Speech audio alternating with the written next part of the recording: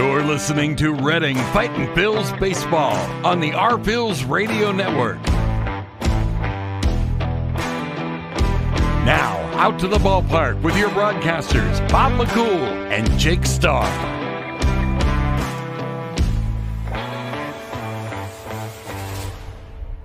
Good evening, everyone, and welcome from Tompkins Vis Plaza on the outside skirts of FirstEnergy Stadium. Alongside Jake Starr, my name is Bob McCool. Welcome to the pregame show as the Reading Fightin' Phils Game 3 of a 6-game homestand against the Hartford Yard Goats. Fightin' Phils still looking for win number 1 of the season. They're now at 0-5 after dropping a tough one last night to the Yard Goats by a final score of 8-7. Hartford now at 3-2 on the season. And so, Jake, what we talk about in tonight's pregame show may sound an awful lot like what happened last night because the same scenario. The one thing you can talk about the Reading Fightin' Phils is this. If you like offense, Reading Fightin' Phils are producing that right now. So far in this series, they have hit the baseball that they've got down right now. Last night, Reading a season high in hits at 15, put up 7 runs, and they had lots of chances to threaten. So the last couple of days, Bob, offense certainly has not been the issue with this Reading side. It's really been the bullpen.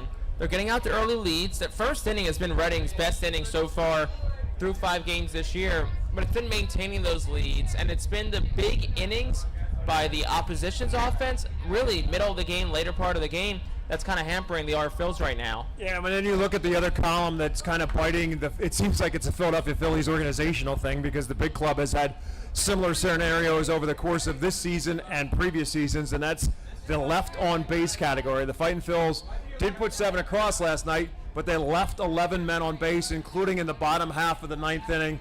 They needed a run. They gave up a run in the top half. It was a 7-7 game going to the top of the 9th. A home run in the top of the 9th for Hartford makes it an 8-7 game.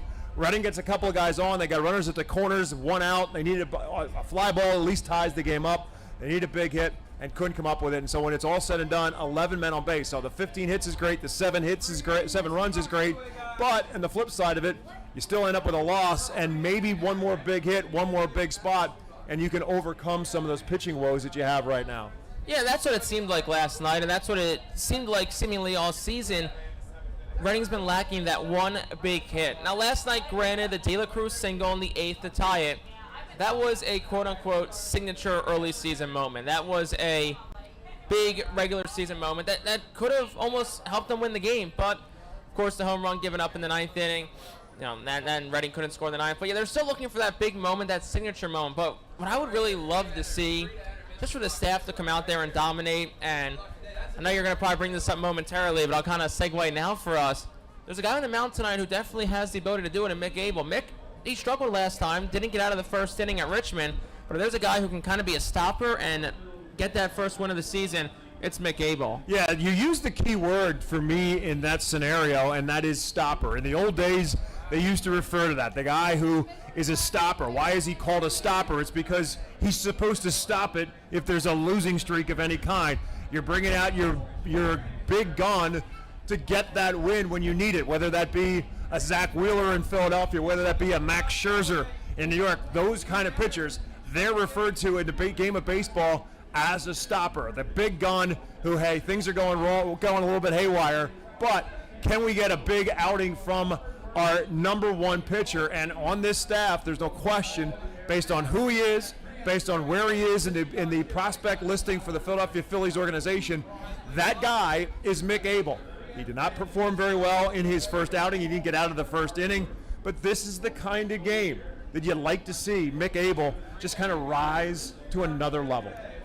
And you hope first game was dusting off the cobwebs. Obviously, he got some action on the backfields in spring training, pitched some live BP, pitched in some minor league games. At the major league level, only appeared a few times, pitched 3 innings total in spring training, but people got to remember, he's only 21 years old. He has been in minor league baseball for 2 years. He's been in Double-A for not even a year. He came up to Reading at the back part of the season last year, so he's still very raw. He still has a lot of potential to fill up, so the more outings he gets against Double-A caliber hitting, he's certainly going to be the better. And the thing, too, with Abel, like we said, he struggled in his last start, but he's still young. Everybody, I think, has gotten so consumed that Andrew Painter's 19, now 20 years old as of the other day. 21 seems older to people, but 21 is still very young, especially for a guy who was drafted out of high school during the COVID year. So he still has a lot of developing left to do. He's going to be a very good pitcher and will probably pitch in the big leagues. But look, it's nights like tonight where we can really see, mentally where he's at and how he performs. Yeah, you bring up some interesting points in all of that. I had the opportunity to spend some time talking with Mick Abel as part of the Baseball Town Charities fundraising endeavors and the interviews that went along with it. And Mick was kind enough to spend some time with us, and we got a chance to talk to him before he went to spring training.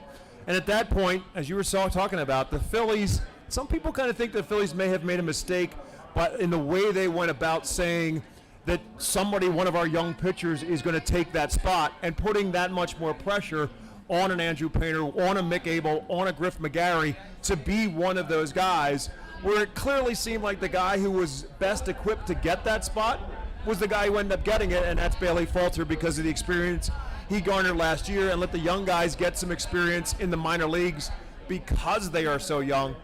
And to your point about Mick Abel, his high school senior season was his COVID season. He didn't pitch at all, even though he was obviously drafted. And I talked to him about that, and he said, I was out and I was pitching to high school kids and trying to get some of my friends to take BP. They're not really as good as some guys I'm facing on a regular basis. So then you flip it to the calendar year of 2021, and in large part because of not being able to pitch throughout the entire 2020 with any meaningful time, he ended up having some shoulder issues in 2021 and ended up having to be shut down. So this is his fourth season of professional baseball, but it's only really his beginning of a full, maybe second season for Mick Abel. And to the point of why is he in AA and why isn't he at AAA, and I think that's really what it all comes out to for the Phillies organization. They view him as a frontline starter. So let's see what he can do as a frontline starter in Reading. And so I think that's the onus that the Phillies organization is kind of throwing at Mick Abel, saying, show us what you got.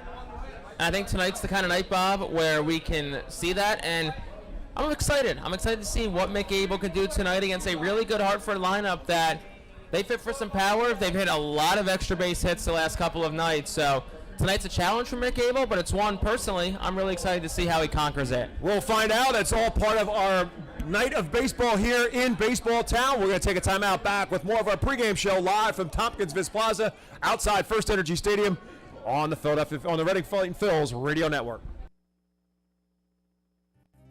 International Fireworks is the official fireworks provider of the R-Phils.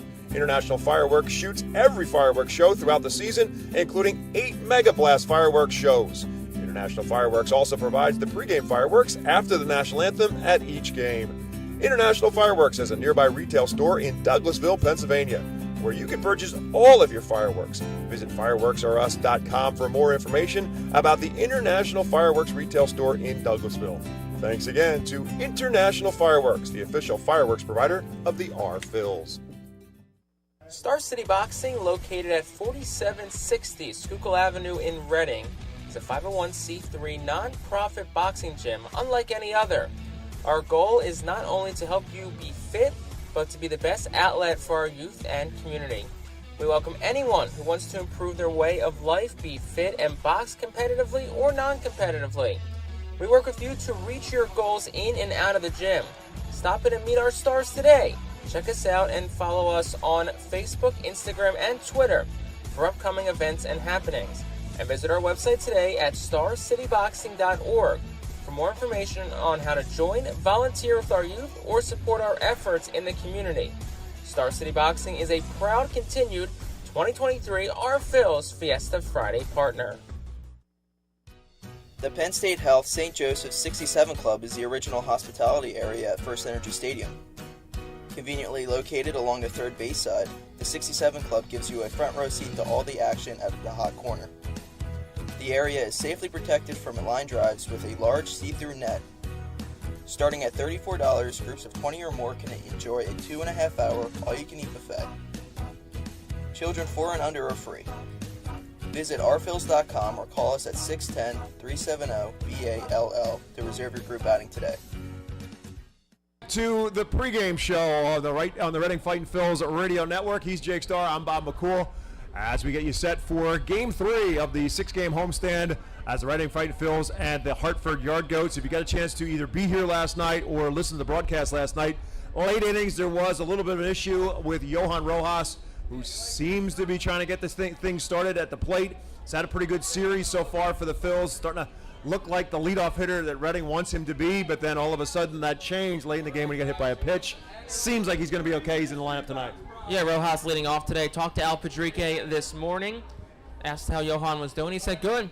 Left the game early, precautionary reason, and he responded really well to treatment last night. So he'll be in the lineup. Gotta think, playing a little banged up after the hit by pitch last night, but glad to see somebody like Rojas out there because his bat is certainly heating up, Bob, and that's what you like to see because a guy like him, we talked about it last night, if he can get on base, he can do a lot of damage. So to have him be healthy, have him be okay, and keep his bat at the top of that Phils lineup, that's vital. Yeah, and when he's start talking about the top of the lineup, you cannot overstate what Carlos De La Cruz has done so far. He had 3 hits last night, finally got his first home run of the season. It was only a matter of time, it seems like, before Carlos De La Cruz got on the home run tally board. But there's more to what he's doing. Again, there's been a change in positions for Carlos De La Cruz. He came up to this point in time through the minor league systems as an outfielder. He has been playing first base, and that seems like that's going to be his position here at Reading for as long as he's in Reading, because right now the way he's hitting may not be for long that he's in Reading, but right now he has become a major piece of the arsenal in this Reading lineup that is producing runs on a nightly basis, and De La Cruz is right in the middle of all of that. And he's been excellent this year so far. Had that long home run last night. We talked about at the top the RBI single he had in the 8th to then tie, but he's swinging the bat really well right now, and he's loose, he's confident. And look, aside from the 0-5 start, this team is still very loose, they're still very confident. They're joking with each other. They're having a good time with each other down at the cage because, like with the big club, the Philadelphia Phillies, when they had their slow start, everyone knows the same thing. Just get that first win, and then you can kind of roll. It's like there's this monkey on their back right now, Bob, that they just need to get off. You just find a way tonight to get that win. The confidence comes back, that swagger comes back that this team has.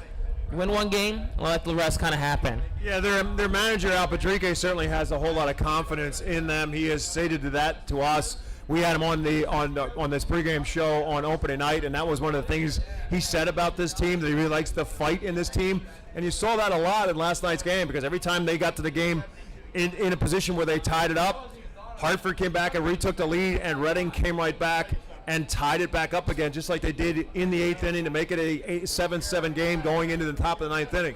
And one thing I think that we should emphasize in all of this is, yes, that Reading has lost the first 2 games in this series and are now 0-5, but they lost its first 2 games of the series to a really good team. This Yard Goat team, we knew coming in, and we had heard coming in, that this is a pretty good team, and it's loaded with some talent in terms of what they can do hitting. And obviously, if you don't know this, they're a part of the they're the AA affiliate of the Colorado Rockies. People know about hitting at Colorado's stadium and what it's like to hit in a mile-high city. Well, they might not be in Denver, but they're hitting like they're in Denver. This is a team that can hit the ball. And about an hour ago, we were talking with Jeff Dooley, who's the voice of the Hartford Yard Goats. And one thing he told us that the coaching staff emphasized to this group was, we have a lot of young, exciting prospects, guys who can swing the bat. But young, raw guys who know they can swing the bat and have been hitting well their entire life, they get very antsy, they get very jumpy at this level as you ascend through the minors. You're used to college, high school, low level in the minors where you can just hit everything. But pitchers are throwing harder. Pitcher stuff has better movement. They have better breaking pitches, off-speed stuff that the coaching staff told him, we got to make sure these guys, and we harp on them, are not hitting stuff that's out of the strike zone. Stay disciplined, because that's really how you go from being a prospect to a big league player. It's really 2 things. It's the mental side of things, but it's also having discipline at the plate and not swinging at pitches that you know that you can't drive. Last thought before we wrap it up and we get you set for first pitch here at FirstEnergy Stadium. FirstEnergy Stadium has always been a very hitter-friendly ballpark. Now you've changed the dimensions a little bit with the Redders Event Center. The fences theoretically are in a little bit. They are a little bit higher. You have to hit it up a little bit higher to get it over the right center field fence, but it does allow you a little bit more in terms of extra base hits because a double is going to be a little bit easier to attain with that big wall out there. In addition to which, it's been breezy. The sun has been great. The temperatures have been wonderful to play baseball, but it has been breezy and it is blowing out. So a hitter-friendly stadium has become more hitter-friendly because of the dimensions, and the wind has added to it. So it has become a very productive series between two teams who can hit the baseball to begin with. And that's why, last thought here, if you're Mick Gable, you're the rest of this Artfield staff, you have to pitch the ground balls. You got to keep the ball down in the zone, because a night like tonight, weather is warm, air is thinner, wind is blowing out like it's been the last few nights. Anything up in the air that even might be a fly ball to the warning track is going to carry out tonight, so have to pitch the ground balls tonight, Bob. That is going to do it for our pregame show. Stick around for start first pitch. 6:45 is first pitch here from FirstEnergy Stadium. Reading Fightin Phillies, Hartford Yard Goats. We will talk to you just in a matter of moments with first pitch, and we'll be back here on the plaza tomorrow night for our pregame show as well. Humane Pennsylvania is an innovative national leader in animal welfare, with adoption centers, accredited nonprofit veterinarian hospitals, emergency animal rescue services, community pet assistance programs, and a free community dog park. At HPA, we are passionate about going the extra base to keep your pets healthy and happy at home with you. With a variety of services and different ways and times to access them and variable pricing, Humane Pennsylvania is here to provide your pets with exceptional care, how, when, and where they need it. Visit humanepa.org for more information. White Star Tours and Travel Centers offers the R-Phillies fan road trip again this season. It's your chance to hit the road with other R-Phillies fans, see an R-Phillies road game, meet with an R-Phillies player, and also see an Iron Pigs and Phillies road game. The White Star R-Phillies road trip visits Altoona, Toledo, and Cleveland from Thursday, July 20th until Sunday, July 23rd. See the R-Phillies in Altoona Thursday, meet with an R-Phillies player or coach, then head to Toledo Friday and Cleveland Saturday to see many former Fightins in action. The trip heads back to Reading on Sunday. Visit the customer service booth for more info on the White Star R-Phillies fan road trip to Altoona, Toledo, and Cleveland. Space is very limited, so sign up today.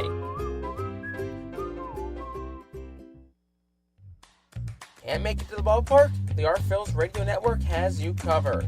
Legendary Berks County broadcaster Bob McCool is joined by Jake Starr, and they'll bring you radio coverage of all 69 R-Phillies home games in 2023. Tune in on the Fightin Phillies YouTube channel, Twitch account, Facebook page, or at rphillies.com/radio.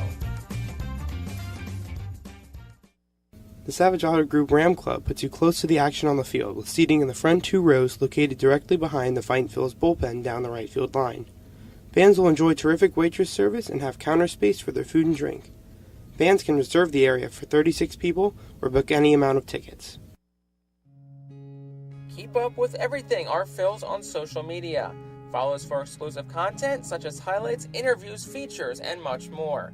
Find us on Twitter at Reading Fightins, on Instagram at Fightins, on Facebook by searching Reading Fightin Phillies, and even on TikTok. Keep up with one of the mostly followed teams in all of minor league baseball on social media.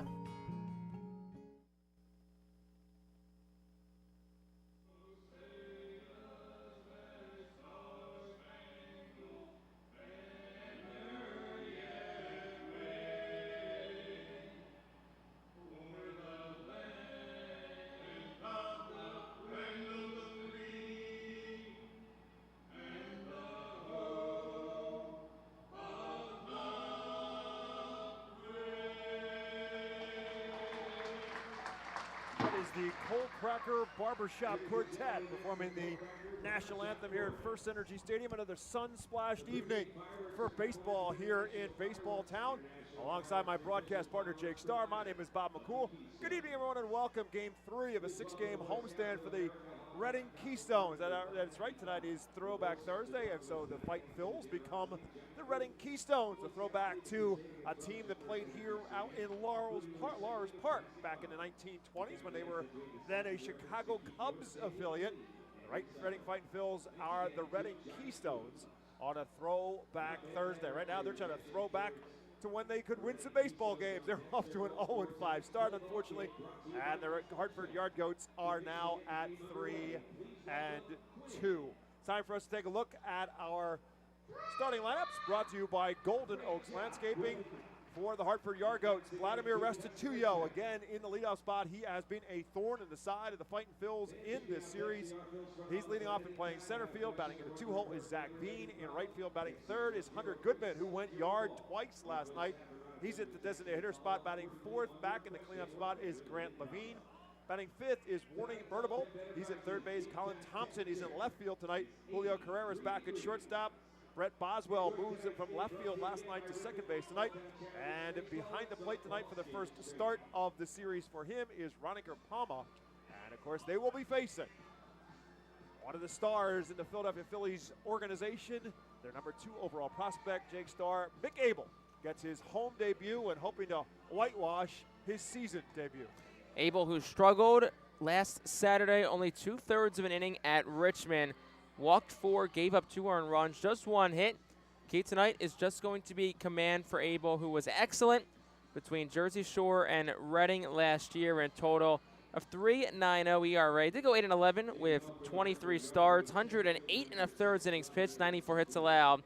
Walked 50, struck out 130. Good for nearly a strikeout and a half per inning pitched. The defense behind Mick Abel, Matthew Kroon is in left field. Johan Rojas is back patrolling center field.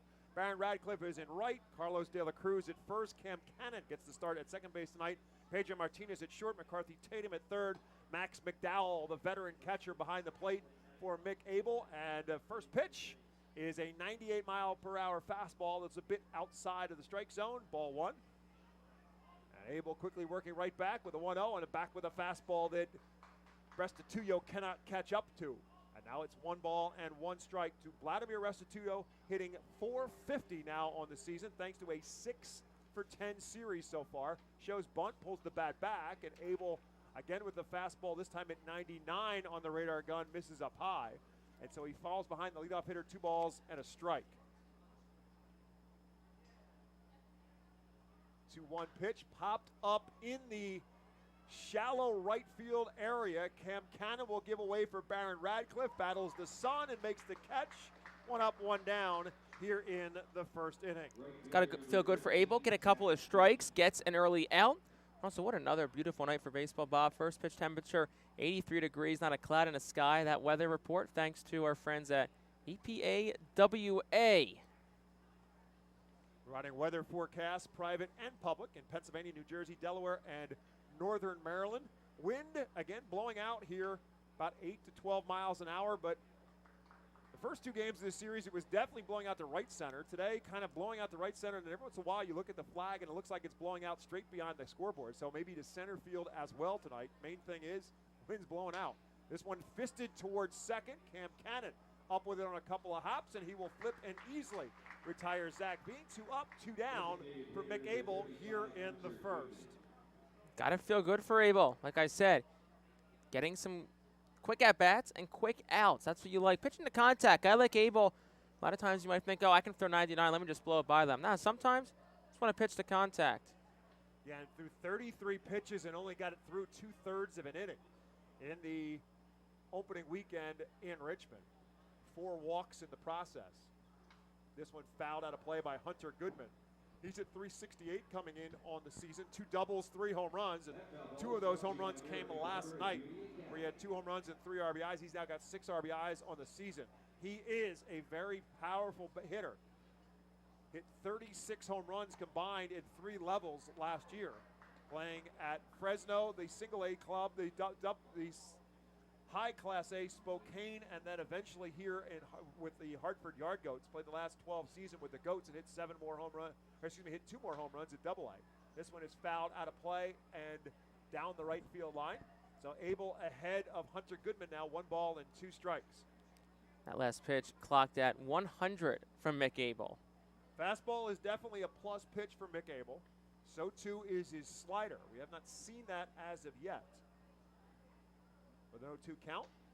Blows it by him, and 1, 2, 3 go the Goats in the first as Mick Abel retires the side with his first strikeout of the night. And after a half inning, it is Hartford nothing. The Reading Keystones coming to the plate when we come back to FirstEnergy Stadium.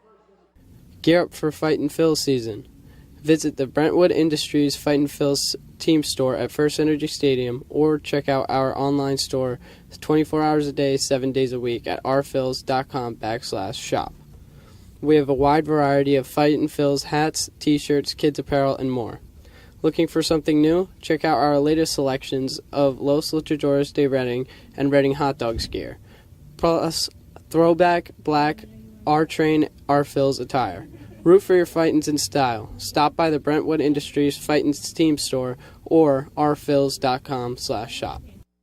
ROG Orthodontics is the proud official partner of the ROG Orthodontics Fightin' Phil's Kids Club. Join today at Fightins.com to get your free ROG Orthodontics Kids Club t-shirt and visit FantasticSmiles.com for more information on why ROG Orthodontics is voted #1 in Berks and Monco. ROG Orthodontics and the Fightin' Phils, two great hometown partners. Fans, nothing beats a great day at Golden Oaks Golf Club. Located just minutes from Reading, Golden Oaks is a beautiful, award-winning golf course open to the public with perfect greens, lush fairways, and a course playing for 5 sets of tees. Bogey's Pub is open to the public with the area's best full-course menu, featuring indoor and outdoor seating and TVs to watch your favorite sports teams. Let the Golden Oaks Golf Club team cater to your need. Lunch, dinner, golf outings, parties, company events, and fundraisers. Visit our website at GoldenOaksGolfClub.com and follow Golden Oaks Golf Club and Bogey's Pub on Facebook. Golden Oaks Golf Club, where great memories are made. On a throwback Thursday night, the Reading Keystones coming to plate here in the bottom half of the first inning. Johan Rojas leading it off for the Phils. Takes one inside. Our Golden Oaks landscape starting lineup for the Phils. Rojas again in the leadoff spot, playing at center field. Oliver Dunn, the DH tonight, back in the 2-hole. Carlos De La Cruz in the 3 spot is at first base. McCarthy Tatum at third base is the cleanup man. Baron Radcliffe in right field is batting 5th. Batting 6th in left field is Matthew Kroon. Batting 7th, Cam Cannon at second base tonight. Max McDowell behind the plate is batting 8th. And Pedro Martinez is again the 9-hole hitter and playing at shortstop. 1 ball, 1 strike to Rojas. He grounds one in the hole at short. Guerrero's up with it, has to make a long throw to get to Speedy Rojas, and does. Dug out nicely at first base by Grant Levine, and Johan Rojas is retired on a nice play by Carreras. Really nice to see Johan Rojas busting up the line. Left last night's game after being hit in the right leg. Looked like quad area. Al Padrique said today that Rojas responded very well to treatment. He would be in the lineup, and there he is. Oliver Dunn will step to the plate. And the first pitch to him, big swing and a no contact against Case Williams on the mound for the Yard Goats. Promising prospect, the number 25 prospect in the Colorado Rockies organization. 23-year-old right-hander comes with the 0-1 pitch to Dunn that is low for a ball. Williams, 6'3", 210-pounder, 21 years of age. Originally from Akron, Ohio. Drafted by the Rockies in the 4th round in 2020 out of Douglas County High School in Colorado. Comes with the 1-1 pitch and misses outside. It's now 2 balls and a strike to Oliver Dunn. Dunn 4 for 9 so far in the series. Has started in all 3 games to date in this 6-game homestand for the Phils. Williams with a pitch, and that one catches the letters, and it's 2 balls and 2 strikes.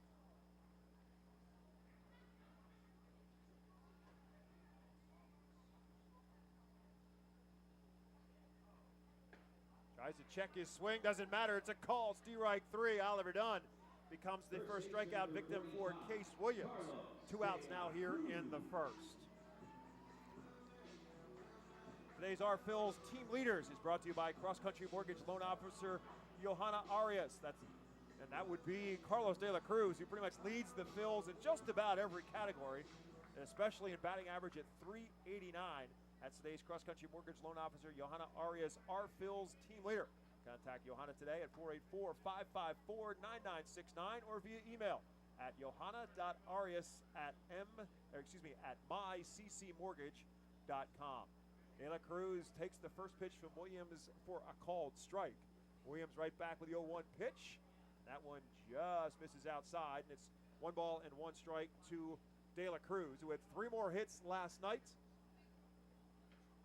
Leads the team not only in average at .389, but it's at hits as well with 7. Slugging percentage just about almost every offensive category except RBIs. He picked up his first 2 RBIs of the season last night. Matthew Kroon, who's in the 6 hole, actually leads the Phils in RBIs on the year with 4. 1-2 pitch, checks his swing and a ball in the dirt. They'll appeal. They say no, he did not go around. And so it's now 2 balls and 2 strikes to De La Cruz. Carlos at 6'8", originally from New York City. Number 9 prospect in the Phillies organization. 2-2 pitch to him is again low, and it's 3-2. Williams thought he had it.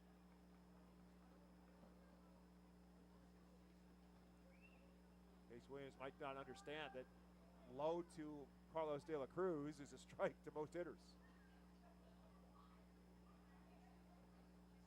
Back with a pitch, tapped in front of the plate as De La Cruz stays alive. Keeps the count now 3 balls and 2 strikes. Carlos had a home run and then a single the other way. The home run was deep into the deck in left field. And then the single that tied up the game in the bottom half of the 8th inning was a slap the other way. 3-2 pitch to the plate. Again, checks his swing, but it's a call, strike 3. So Case Williams ends up with 2 strikeouts to finish the first inning. After 1, the Phils go 1-2-3 in the bottom of the first. After 1, it's Hartford nothing, Reading nothing. Empowering communities one relationship at a time is our commitment at Tompkins. Our customers have thrived thanks to our focus on local lending and their commitment to the customers they serve. They do a great job, everything for us from our banking, our insurance, to our wealth management. Tompkins has always been there for us. We see a long relationship with Tompkins. They're good people. Tompkins, banking, insurance, wealth. Member FDIC Equal Housing Lender. Investment and insurance products are not FDIC insured, not bank guaranteed, and may lose value. Our Phils fans can continue to expect great performances all season long on the Burke's Commercial Roofing stage. It's the home of great local talent, including the Our Phils mascot band. Burke's Commercial Roofing prides itself on being a locally owned and operated company that puts an emphasis on customer service. They provide free on-site estimates and can handle any size repair, restoration, or replacement. Visit burkscommercialroofing.com or call 610-717-3949 for more information. And don't forget to sit back, relax, and enjoy the show at the Burke's Commercial Roofing stage at America's Classic Ballpark. Burke's Packing is a family-owned and operated meat processor located here in Reading, specializing in hot dogs, ham, specialty meats, and more.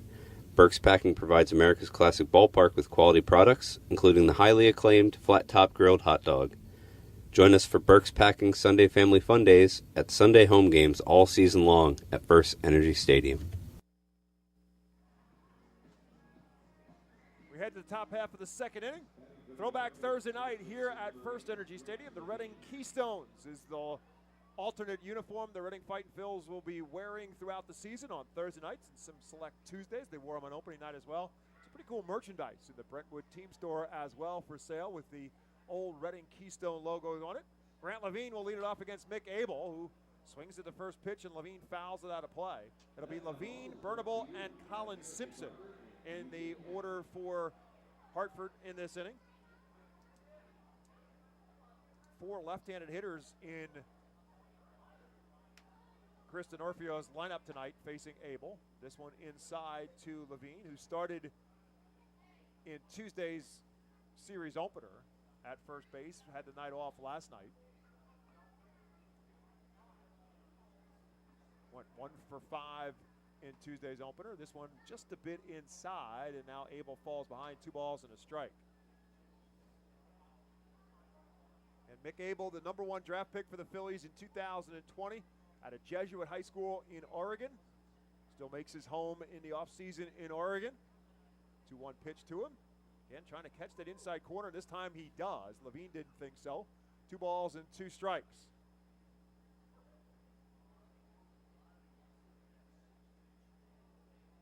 Levine 3 out of 15 so far on the season. 2-2 pitch to him. Slapped the other way and slicing foul and out of play. 96 on the radar gun for Mick Abel. Pretty steady diet of fastballs to this point. Abel has fastball, curve, slider, and change in his arsenal. Comes with the inside pitch again. Abel thought he had it. His catcher, Max McDowell, thought he had it. Home plate umpire didn't think so. So now the count is 3 balls and 2 strikes. Paul Romer behind the plate tonight. Pete Talkington is at first base. Jae-Young Kim is at third. 3 balls and 2 strikes to Levine, and it's outside, ball 4. So the first walk surrendered by Mick Abel makes Grant Levine a leadoff base runner here in the second, and that'll bring up Warming Burnable.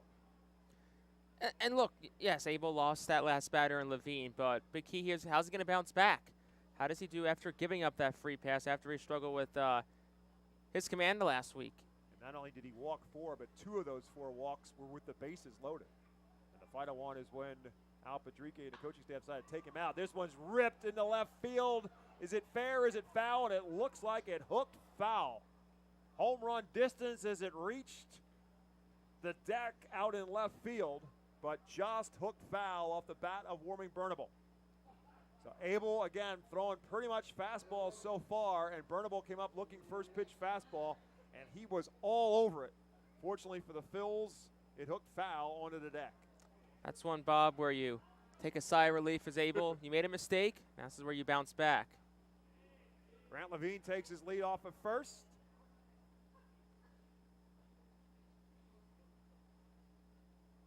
Long look this time from Abel. Now he comes to the plate, misses outside. There's the slider from Mick Abel. Scouts read his fastball as a plus pitch and his slider as a plus pitch.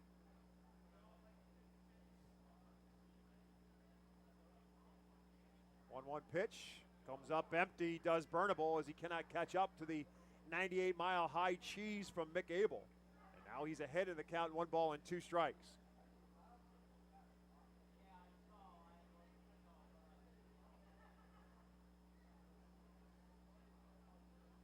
Big lead for Levine. Weak swing there by Burnable.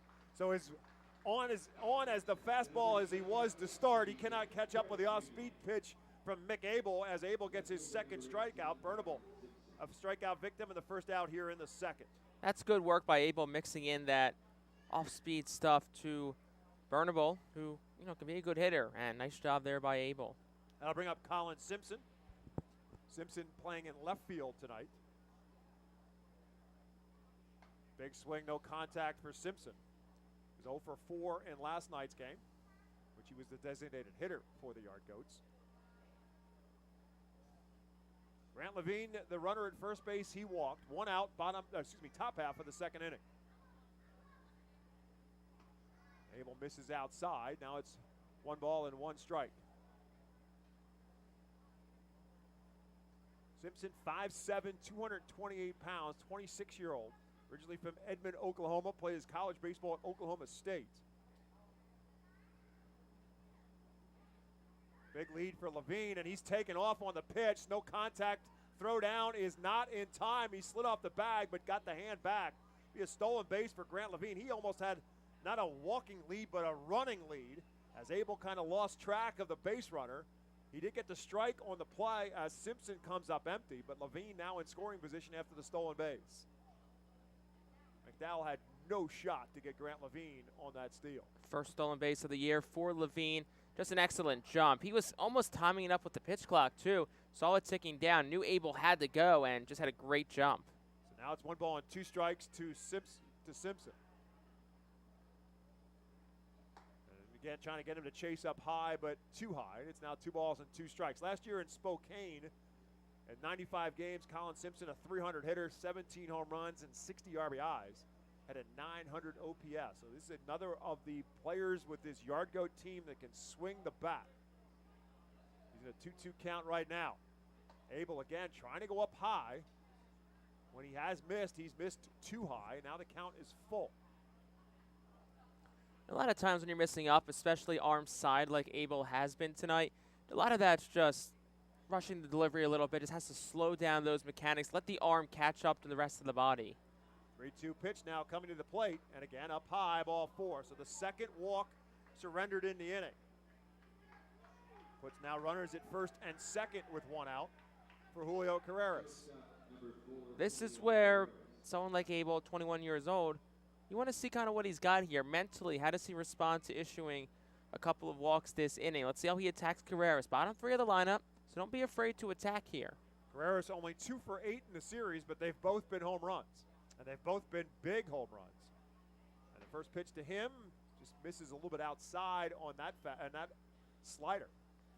And it's now 1 ball and no strikes to Carreras. Carreras had a solo home run that made a 4-3 game in Tuesday's series opener. And they needed a 3-run home run last night to flip the switch in the Yard Goats' favor. Big lead again by Levine at second. Weak swing there by Carreras and the off-speed pitch. And now it's 1 ball and 1 strike. That slider looks good. Yeah. He's got a couple of swing and misses. That's a pitch that scouts project to be a plus pitch for Abel, and we've seen him show it off a few times tonight. Yeah, the Yard Goats have had very feeble swings at that slider. 1 ball and 1 strike now to Carreras. He fouls this one out of play. So Abel back in front now, 1 ball and 2 strikes. Not sure where that hit, but that would have hurt if it was somebody's hands. Well, this is the first night that we have our windows fully out, so better be ready, Bob. Anything a screamer like that just shoots over that netting could get to us. Well, we were kind of challenged by the crazy hot dog vendor that he needed a bigger target to throw to. Well, he's got it now. We got the net sitting in the back. We can't give him a bigger target. Make sure. I don't know that it's the target as much as it's the arm. I'm just going to say that and establish the truth. If you're telling me the crazy hot dog vendor doesn't have a good arm. Not as good as he thinks. 1 ball and 2 strikes. Not as good as the guy on the mound. Mick Abel with a 1-2 pitch. Fisted into shallow right field, but Cam Cannon can't hold on to it. The ball's on the ground. De La Cruz will pick it up. They'll have a force out at second base. So Cam Cannon couldn't hold on the sliding pop-up. So Carreras is safe at first. Levine moves up to third base, but an alert play there by Carlos De La Cruz to pick it up and to throw it to Pedro Martinez covering at second. Here comes Al Pedrique. He's going to argue that should have been an infield fly rule and everybody has to go back. That's what he's going to argue. I get the questioning, and it's worth asking to at least ask the umpires to discuss it, but I don't know how routine that play probably could have been deemed. But no, if you're Pedrique, it's definitely worth asking. You can see he's pointing out to our home plate umpire tonight, Pete Romer, saying, it was in the air, could have been classified as routine, but I feel like the rule of thumb with infield fly rules, if your guy's camped under it, something like that, that's a tough play. So I think the judgment call made by the umpire, probably the right one. But like I said, worth asking if you're Pedrique, who doesn't look too thrilled with the umpires right now. So runners now at first and third after the argument is lost. It does record an out, so Carreras is safe on the fielder's choice. Simpson retired at second base for the second out of the inning. And that will bring up Brett Boswell. The runners at first and third now at 2 outs. But it's a chance now for Abel to get out of the inning. Carreras bluffs going at first base, and the pitch to Boswell is outside for a ball. Boswell, 3 out of 13 on the season, but 2 of those 3 hits came last night where he had a couple of doubles.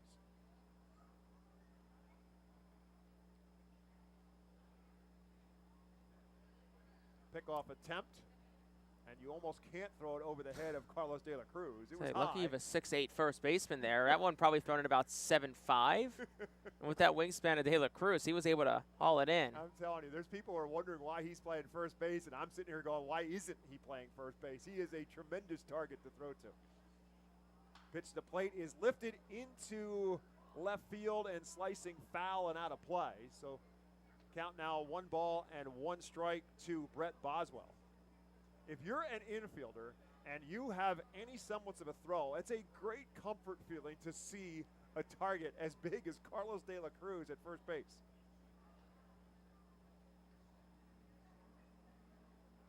Levine takes his lead off of third, Carreras off of first. 2 outs, top half of the second. Again, Carreras bluffs going, and the pitch is up and in, ball 2. It's 2 balls and a strike. Boswell's arguing. Did they say that hit his bat? I'm not sure what he'd be arguing about. No, I think the pitch clock ran down, and it was never reset. It was supposed to be, time was called, it was supposed to be reset. I think they were arguing maybe a pitch clock violation, but no, it was the right call by the umpire to wave it off. So it's 2 balls and a strike to Boswell. Tapper foul and out of play. So Now Abel has the second strike on the batter. 2 strikeouts so far from Mick Abel, 2 walks as well. That's really the responsibility of the 2 runners. Levine walked, Simpson walked. He was retired on the force out on the fielder's choice by Carreras. Max McDowell calling the defensive signals in the event that they try and steal as to what they're going to do, whether they're going to throw down and try to get the runner or throw back. And now Kristen Orfia is going to argue in terms of a pitch clock situation, I would imagine. Yeah, Denorfia, second time he's talking to Romer. This time he's closer with him, communicating. And that was what McDowell was doing. McDowell was out in front of the plate. That's in the event that Carreras takes off. And the call is whether or not they're going to throw down to second base or whether they're not going to throw down to second base, because if they do, theoretically, Levine then can take off for home. So there's a play on, in essence, is what it is, and that's what the catcher is signaling to his middle infielders as to what they want to do and how they want to play it. And Kristen Arfia is arguing that it should have been a pitch clock violation. Yeah, long conversation here. So what we've got is a delay because of a delay in the pitch clock, because now he's already argued longer than the pitch clock.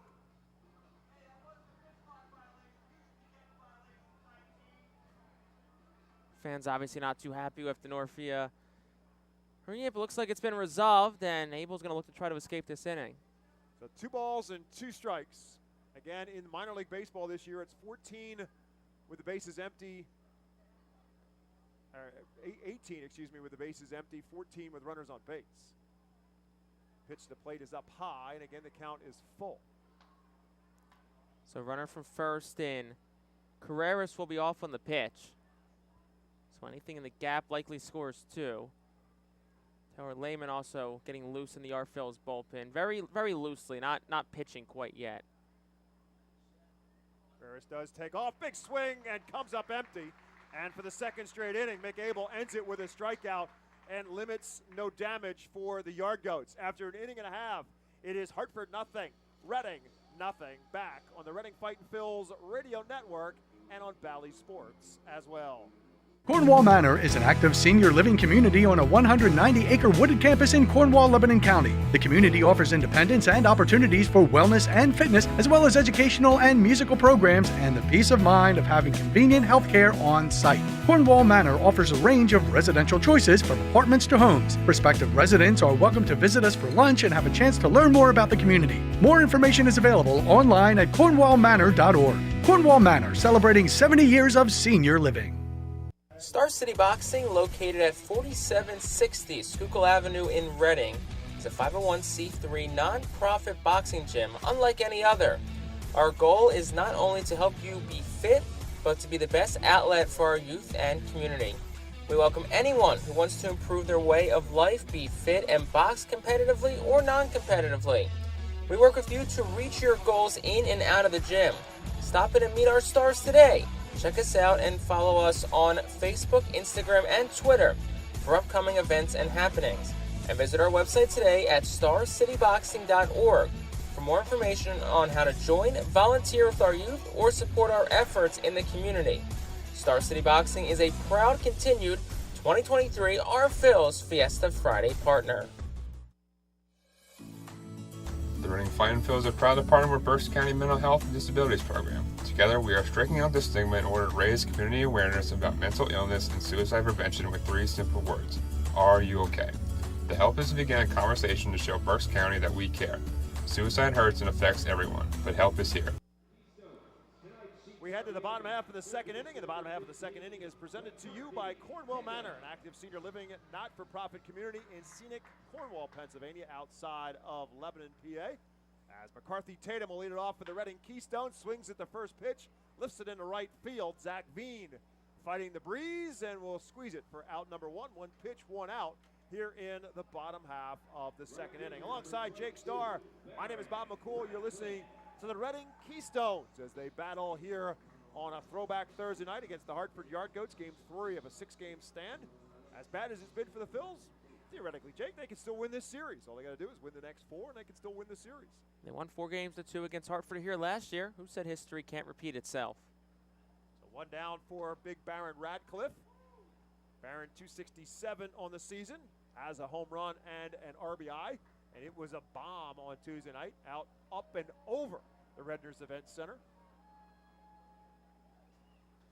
Pitch to him is dribbled foul and out of play. And so Case Williams, who's looked very efficient so far for the Yard Goats, quickly ahead of Radcliffe, no balls and 2 strikes. Struck out 2 in the first inning. Thrown just 17 pitches so far, and he's ahead of Radcliffe, no balls and 2 strikes. Jams him, and Radcliffe is able to pull it foul. Ray Ricker coaching at first base for Al Padrique, who's in the third base coaching box. Tyler Henson, the hitting coach for the Fightin Phils again in 2023. Brad Bergeson is the pitching coach. This one way outside.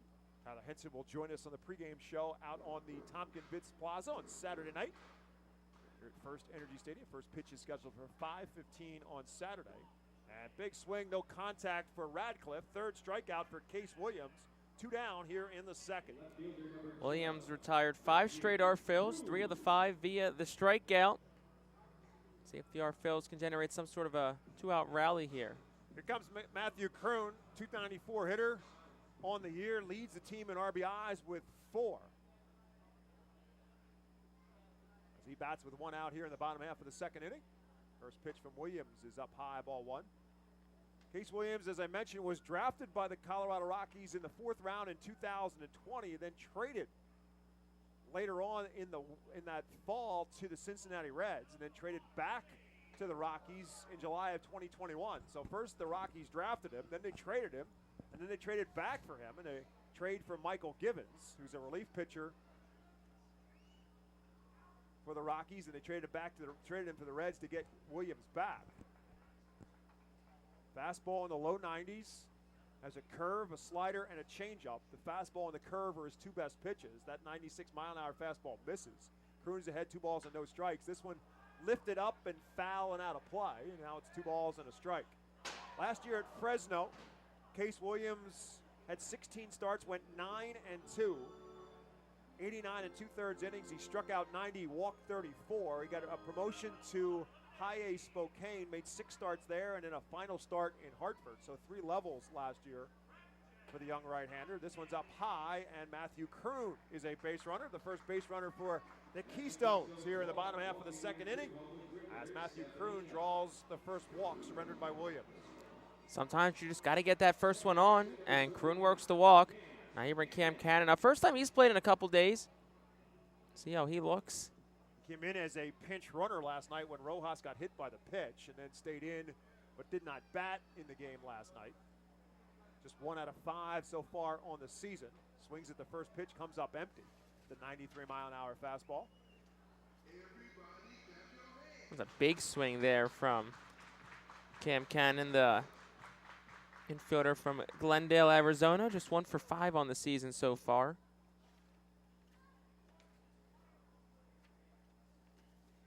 Good size lead for Kroon, who has good wheels. Now a pickoff throw from Williams. No problem to get back for Matthew Kroon.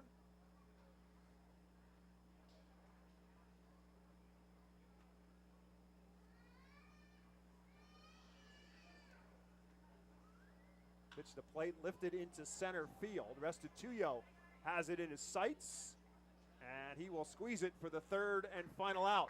So the Phils get their first base runner of the night, but they cannot get him around. We are through 2 at FirstEnergy Stadium. It's Hartford nothing, Reading nothing.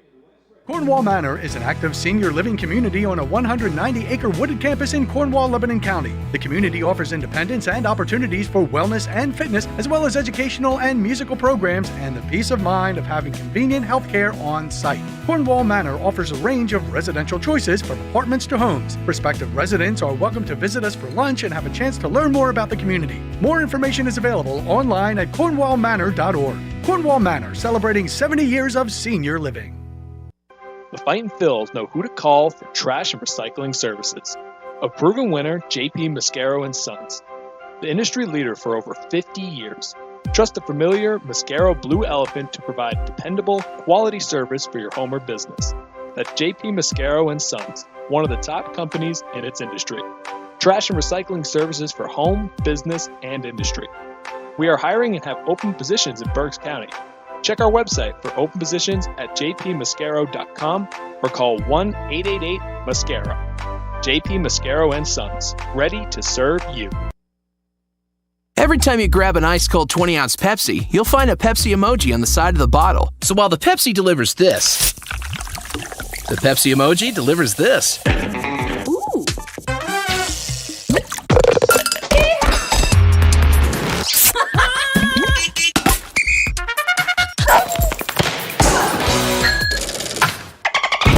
So go ahead, crack open a Pepsi and tell the world how you feel and what you love with Pepsi emojis. Say it with Pepsi.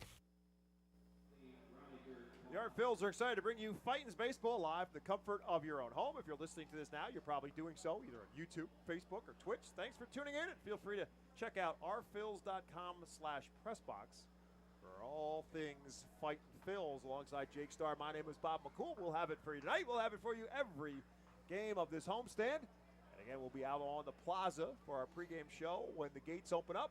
Just as soon as you walk inside the gates, past the Brentwood Team Store, look to your left, and you'll see Jake and I having our pregame show.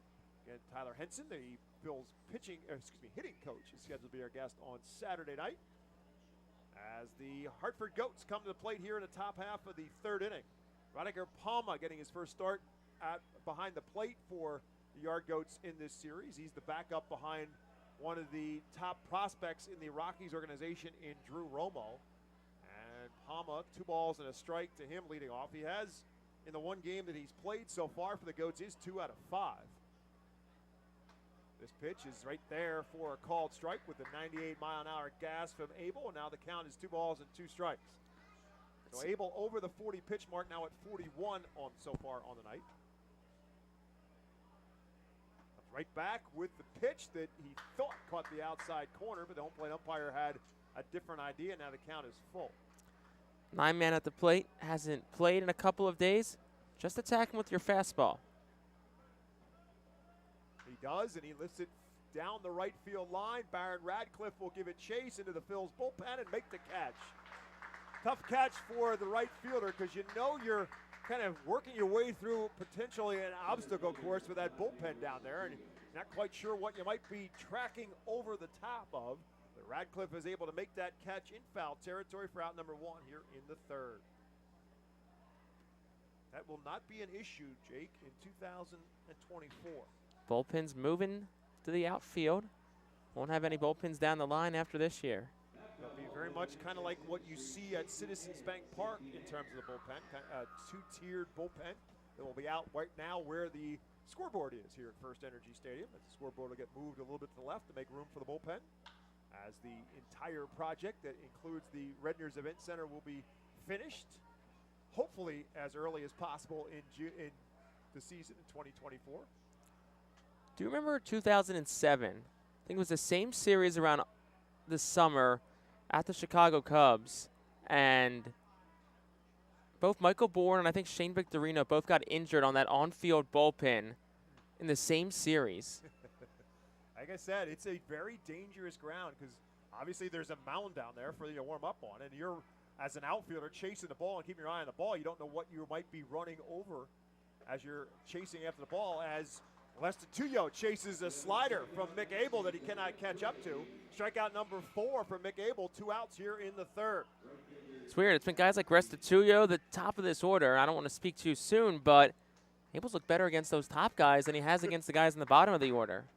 This GOAT team has hit pretty much up and down the order so far in the first 2, but Abel's been pretty good with them so far. Here comes what looked like the changeup, and Veen was way out in front of that changeup. It was still 91 miles an hour, but Abel has had the heater going at the high 90s for most of the night. 0-1 pitch. Lifted straight up down the third baseline. McCarthy Tatum will give it a chase, but he'll run out of room. Talk with Al Padrique tonight because last night, the first game of the series, Tatum was in left and Kroon was at third. Excuse me, last night that was the series, and now they're back to the spot they were on Tuesday night with Kroon in left and Tatum at third. And Al said it was just a matter of they wanted both players to get time at both positions. As they look to advance within the organization, it looks to show some versatility. No balls, 2 strikes to Veen. Right back, and it hits Abel. He gets up, he picks it up, he throws, and in time to retire it. Now we'll make sure that Mick Abel is okay on the comebacker at the mound. He got the ball ultimately at the bag and retires the Yard Goats in the third. 1, 2, 3. Through 2.5, it remains Hartford nothing, Reading nothing. Back with more after this. Nursing home neglect is a serious problem. If you or a loved one has suffered from bed sores obtained in a nursing home or a fall down in a nursing home resulting in a fracture, our friends at Swartz Culleton can help. Call the attorneys at Swartz Culleton for a free consultation. Their phone number is 1-800-JUSTICE. That's 1-800-587-8423. Once again, call 1-800-JUSTICE today. Swartz Culleton is a proud sponsor of the Reading Fightin' Phils. Humane Pennsylvania is an innovative national leader in animal welfare with adoption centers, accredited nonprofit veterinarian hospitals, emergency animal rescue services, community pet assistance programs, and a free community dog park. At HPA, we are passionate about going the extra base to keep your pets healthy and happy at home with you. With a variety of services and different ways and times to access them and variable pricing, Humane Pennsylvania is here to provide your pets with exceptional care, how, when, and where they need it. Visit humanepa.org for more information. The Enersys Power Alley Pub features a 2.5-hour all-you-can-eat buffet, private bar with bartender, 2 rows of seats, bar stool seating, and 4 cafe tables. The pub provides your party a private area to enjoy the ball game away from other fans. The Enersys Power Alley Pub may accommodate groups of 40 to 60 people. Enjoy socializing with your group and watch the game with a unique vantage point. Bottom half of the third inning is the Swartz Culleton inning. Swartz Culleton proudly sponsors the Reading Phillies. If you've been injured at work, call 1-800-JUSTICE today. Max McDowell, Pedro Martinez, Johan Rojas scheduled to face Case Williams here in the bottom half of the third inning for the Reading Keystones on a throwback Thursday night. 0-1 pitch to McDowell is low ball one. 1 ball and 1 strike to Max McDowell. Pittsburgh native, played his high school baseball at Norwin High School. Then went on to play at the University of Connecticut where he was a 3-year starter. Was in the Yankees organization. He drives this one into center field. Restituyo goes back, still going back, and will make the over-the-shoulder catch just in front of the warning track in straightaway center field. McDowell hit it hard, but Restituyo runs it down, and that's out number 1 here in the bottom of the third inning. Now to bring up Pedro Martinez. Pedro hit into some tough luck in last night's game. He ended up getting a hit when it was all said and done, and it was a big hit in the attempted comeback for the Phils. He's now 3 out of 15 on the season. Played a pretty solid shortstop so far for Al Padrique. First pitch to him was a ball as Case Williams back and ready to deliver. Comes with the pitch up high on the curveball, and it's now 2 balls and no strikes. Again, Williams throws a fastball that's in the low 90s and a plus curveball and a changeup. This one ripped into right field, but it's right at Zach Veen, who will make the catch for the second out. So a couple of loud outs for the Keystones so far here in this second inning. McDowell hit it hard. Martinez hit it hard, but still no hits to show for it for either side, as Johan Rojas will flip the lineup around and come back up for his second plate appearance. Rojas grounded out to shortstop in a fine play by Julio Carreras, his first appearance. As Jake said earlier, Johan was hit by a pitch in last night's game and had to leave the game. First pitch to him is again slapped towards shortstop. This is a much easier play on the nice hop to Carreras. And the Fightins go 1, 2, 3 in the third. We are through 3 complete here at FirstEnergy Stadium. The score remains Hartford nothing, Reading nothing.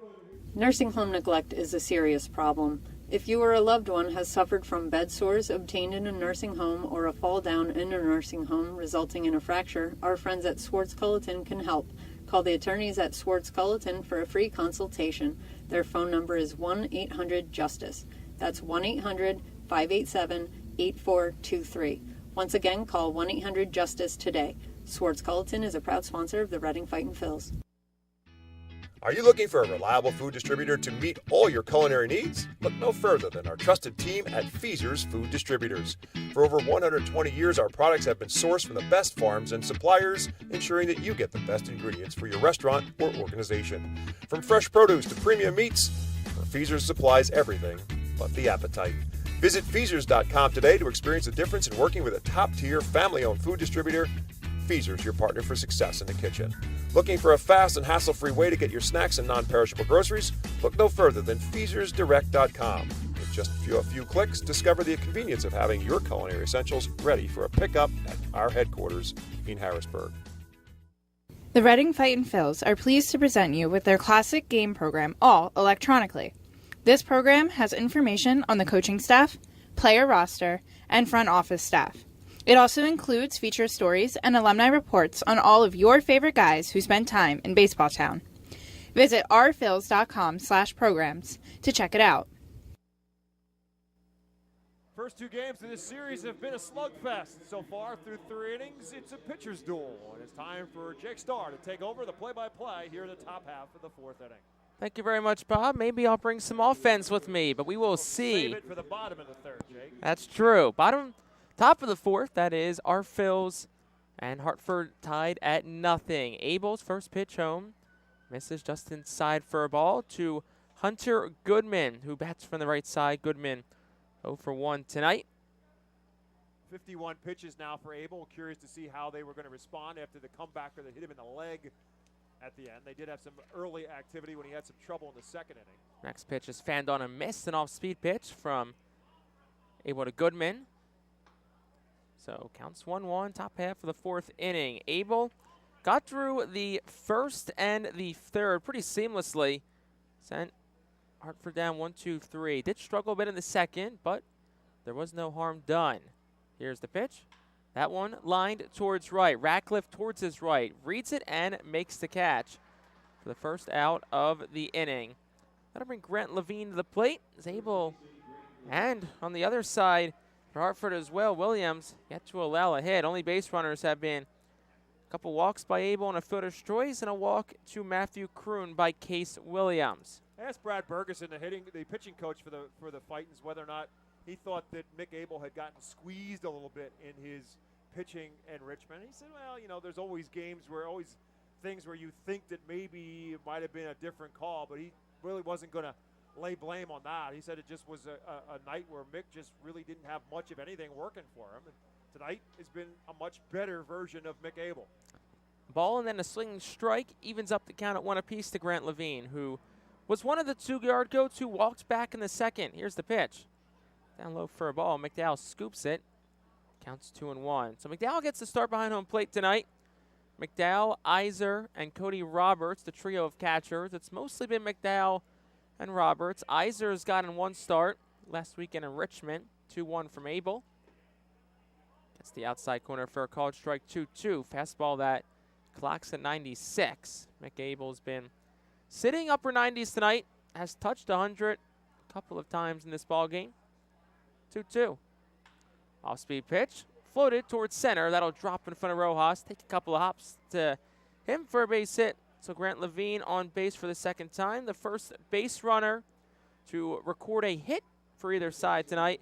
That'll bring Warming Burnable up to the plate for the Yard Goats with 1 down in the top of the 4th.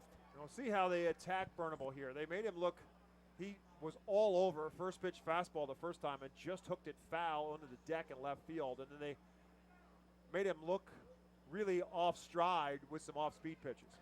First pitch home. Tried to check his swing. Home plate umpire Paul Romer will say he went. Counts 0-1. Just like that.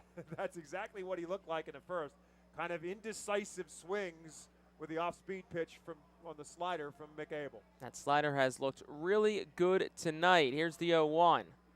Down low, went back to it. Counts 1-1. That one misses a bit further down. Time caught as McDowell exchanges baseballs with the home plate umpire. And Mick Abel's got it back. Burnable, who bats from the right side. Cade his first time up. Abel 4 punch outs so far tonight. A couple of walks mixed in back in the 2nd. The righty kicks and deals. That one's fouled back to the right side. Shoots over the main grandstand area under the netting just above the Tompkins Vist Plaza. So the count 1-2 now to Bernable. Infield plays double play depth. Cannon, second baseman, shaded towards the bag. Left side plays Bernable to Poole. Abel set at the letters, throws back towards first. Levine, who was leaning, dives back in head first, safe. Abel, who sports the high red socks, red cleats, and the all-white Reading Keystone uniforms. The Keystone logo embroidered on the left chest of the Fightin' Phil's uniforms. Here's the pitch. Grounded towards short. This could be two. Martinez charges, flips to second for one. The turn to first is not in time. So we will not get our first Univest double play of the night, but it's a 6-4 fielder's choice as Bernable reaches. Not really much Martinez can do there as that one kind of took an awkward slow hop, but at least they get the lead runner. Yes, indeed. That's the idea. At least make sure you get one and get that lead runner. You kind of forget when you look at Mick Abel because, again, he's 21 years old, kind of has a little bit of a baby face as of yet. You don't realize it until you stand next to him that he's 6'5". First pitch home, swing and a miss by Colin Simpson. Abel, 6'5", 190, really lean is Mick Abel, 21 years old, from Portland, Oregon, a first-round pick, 15th overall by the Phillies in the 2020 draft. Comes set at the letters just in front of that Keystone logo. Sports the red brim. Here's the pitch in there for a called strike on an off-speed pitch. 0-2 the count to Colin Simpson. 2 outs, top 4. Still a scoreless ball game as Warming Bernable, the lone base runner, leads off a first. Abel, here's the 0-2. That's in tight. Did not get a piece of Simpson as that fastball runs in from Mick Abel. Time called. Great play by the catcher, Max McDowell, who makes the play on that pitch and makes sure it stays in his glove and keeps Bernable at first base. McDowell, a veteran catcher, one of 2 veteran catchers that the Fightins have at their disposal. Cody Roberts being the other. You got some good young pitchers that the Phils like, including, obviously, Mick Abel. David Parkinson was very much of praise of Max McDowell in his work with McDowell on Tuesday's home opener. 1-2 in tight again. Simpson had to back off the plate. So fastball in seems to be the scouting report against Simpson. We'll see if Abel goes a third straight fastball here. 2-2, 2 outs, man on first. Long pause, here's the pitch. Does go off speed, hit in the air, shallow left. Martinez out, Kroon in. The shortstop, and Kroon totally miscommunicated. It lands over the head of Matthew Kroon. Scoring is Bernable. He was off on the pitch with 2 outs. And it's 1-0 Hartford. We'll wait the official ruling on it. Didn't hit a glove. So we'll see if it's the second hit or if it's ruled an error. It wasn't even just miscommunication. It was also grossly misjudged. The ball ended up landing a good 8 to 10 feet behind Matthew Kroon. So Kroon was coming in. Martinez was going out. Martinez started to call for it, and Kroon gave way to the shortstop, and both of them had misjudged it that badly, and it landed well behind Kroon. So it is officially ruled a double for Colin Simpson, his first of the year. Probably not the way he would have expected it to happen, but here's a trip to the mound with Brad Bergeson, and I think this is just to talk calm him down to Mick Abel and say, look, don't worry about it. You know, I know, we all know you should have been out of the inning. Here's the deal. You're not. You got to get another out. Forget about it. Forget about the play. I think this is just a teaching moment for a guy in Brad Bergeson who's been there and done that. Brad Bergeson reached the major leagues with the Baltimore Orioles, had some success early on in his career with the Orioles, so he knows where Mick Abel wants to get to, and that's to be a starter in the major leagues. And so this is just a moment to come out and talk to his young pitcher and settle him down a little bit. Ferguson pitched for both the Orioles and the Arizona Diamondbacks in his career. As Carreras digs in with 2 outs in the top of the 4th. Now 1-0 ball game. Hartford leads. Man on second. Abel, a long pause at the chest. Here's the pitch. Misses in tight for a ball, 1-0. Abel up to 68 pitches. After that one, through just 33. Only 13 of them for strikes in his first game. So probably see if we can get Abel through one more inning. Long pause, here's the delivery. Goes all speed, back up the middle. It'll be fielded by Martinez, the shortstop, and then it goes back to the second baseman, Cannon, and they have the man Simpson in a pickle. Throw home to McDowell. He applies the tag at home, and that will retire the side. So 4-5-2 on the fielder's choice, and that will retire the inning. 1 run in the inning on a couple of hits. There were no errors and nobody left on base. We played 3.5 from FirstEnergy Stadium. Hartford 1, Reading nothing. Back after this on the Phillies Radio Network. The Louisiana Swamplands. Out here, you're either lunch or you're enjoying it. Make sure you end up on top with the all-powerful lineup of Kia SUVs, like the Telluride, Sportage, and Sorento, equipped with available all-wheel drive, higher ground clearance, and the interior capacity to bring everything you need, so you'll always remain more than a gator's length ahead. Visit your local Kia dealer today to find your next adventure in our ever-capable lineup of SUVs. Kia, movement that inspires. Call 800-3334-KIA for details. Always drive safely. When the Reading Fightin' Phils get hungry, we turn to our team feed partners. Special thanks to Chick-fil-A, Pizza Como USA, Railroad House, Why Missing Restaurant and Bakery, Jersey Mike's Subs, Mimo's Italian Restaurant and Bakery, Subway, and Clean Eats for making sure the Fightin' Phils front office is never hungry on game day. Our staff enjoys delicious meals from our team feed partners. Don't take our word for it. Find out for yourself today. The award-winning Reading Hospital Tower Health Pool Party provides an unforgettable night out with family and friends. Enjoy a baseball game while swimming in the 87-degree heated pool directly behind the right field home run wall. Plus 2.5 hours of all-you-can-eat buffet, photos, and autographs with the crazy hot dog vendor and the Fightin' Phils mascot band. Regular season tickets start at... Back for the bottom half of the fourth inning, 1-0. Yard Goats have the lead over the Reading Fightin' Phils. Once again, Jake Starr, Bob McCool. Thanks for joining us tonight. Oliver Dunn settles in. First pitch home. Dives down for a ball. Count is 1-0 from the pitcher, Case Williams, who the Phils have struggled against tonight. No hits, just one base runner. That came via a walk back in the second. Here's the 1-0 home. That one's hit well in the air towards right. It's pulled, though, and it'll hook foul. Shoots over the Reading Hospital Tower Health sign, or may have hit off the facing of it and dropped in that. Nobody in the pool yet, Jake. Day like today, you might need it. I think they weren't planning to be in the pool, but I think maybe some people might have wished they had planned to be in the pool over the course of the last couple of days. It will be open on the weekend. Here's the pitch to Dunn. Dives again in tight for a ball, 2-1. Currently 82. High today registered at 88. Once again, thanks to our friends at EPAWA Weather Consulting. Here's the 2-1. That's a curveball that hooks a bit high. Counts 3-1 to Dunn. So hitters count for Oliver Dunn. Struck out swinging back in the first. And Case Williams with another long look at the home plate umpire, Paul Romer, after that last pitch. He thought he had a strike. Here's a 3-1. That one rocketed foul back on the left side.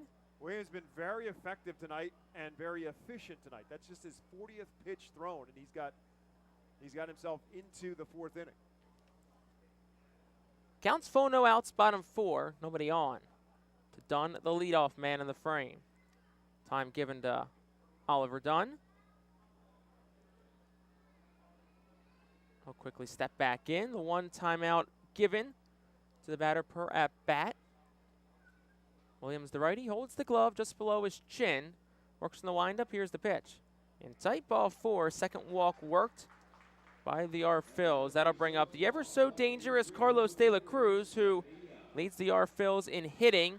Entered the night at 389 after a terrific 3-hit game a night ago. I think Al Padrique's found something in Oliver Dunn. Veteran players, 25 years old, was with the Yankees organization last season. But I think he's found somebody he likes in that 2-hole to hit behind Rojas. Gets himself on base a lot. Oliver Dunn's had himself a nice series. Now 4 for 10, and now gets on by way of a walk as well. So he does a lot of the good things you want out of that 2-hole hitter with some of the big stick coming up behind him. First pitch to De La Cruz, misses for a ball. Counts 1-0 to the 6-8.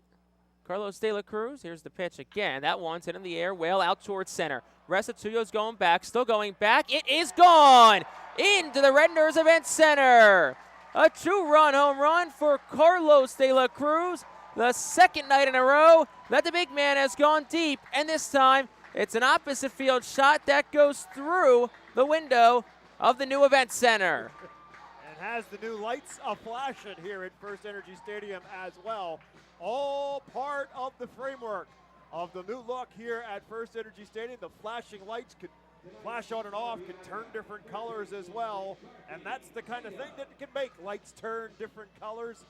As Carlos De La Cruz hits the bomb to right center field, and the Phils jump on top. Here's Tatum, first pitch home, upstairs for a ball, 1-0.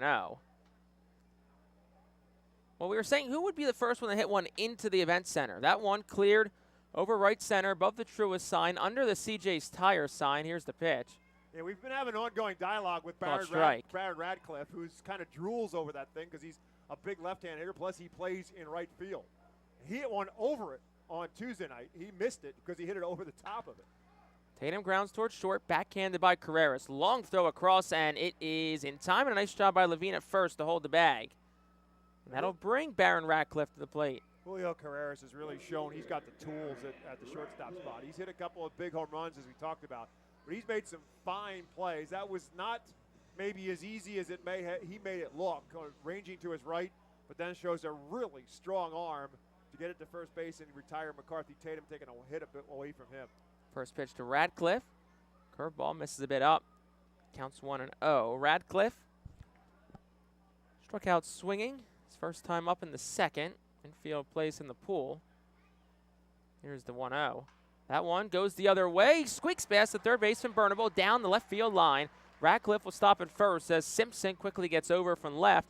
And it's a one-out base hit for Baron Radcliffe. Well, shift may not be a thing, but they still modified shifted him, and Radcliffe makes him pay. Yeah, I'm sure if you asked Barron, he said he wanted to do that, but that one squirted off the end of the bat as he was fooled on the pitch. But it's a line drive in the scorebook, as they say, and Baron Radcliffe will take the hit, and the Phils trying to get some more damage done here in this fourth inning. Up to the plate comes Matthew Kroon. First pitch to him. That one's hit in the air, out towards left center. Simpson and Restituyo converge on it. Restituyo, as the hat falls off, makes the catch, the center fielder in the left center gap. And that's the second out of the inning, and that'll bring Cam Cannon up to the plate for the Phils. So we're now up 2-1 in the bottom of the fourth. Kroon got under that one a little bit, golfed that one, hit it straight up in the air. Hit it a long way, but just a little bit too much lift on it. Restituyo ends up running it down in front of the warning track. So Cannon digs in from the right side with two gone. Leading off first is Radcliffe. First pitch. Curveball that misses just upstairs for a ball, 1-0. Cannon flew out the center his first time up. Back in the second inning. Rests the bat on his right shoulder. Set at the belt is Williams, working out of the stretch for one of the first times tonight. Delivers at home, and it misses just upstairs, 2-0.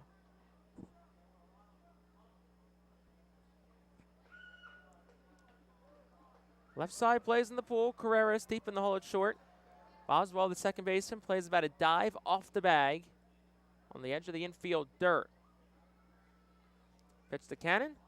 Swing and a miss. 2-1. Was hunting dead red there. Swung a bit just under it. Huge hole on the right side of the infield as there is an arm up in the Phils bullpen. It's lefty Taylor Lehman. Lehman was up earlier when Mick Abel had some trouble in the second, now back up again. Pitch to Cannon. He offered. No, he did not, says the first base umpire, Pete Talkington. So counts 3-1, 2 outs to Cam Cannon, who's hitting 167 on the year this year, does have an RBI. Hitters count. Williams set at the belt. Here's the pitch. Down low, ball 4. Second walk of the inning. Issued by Williams.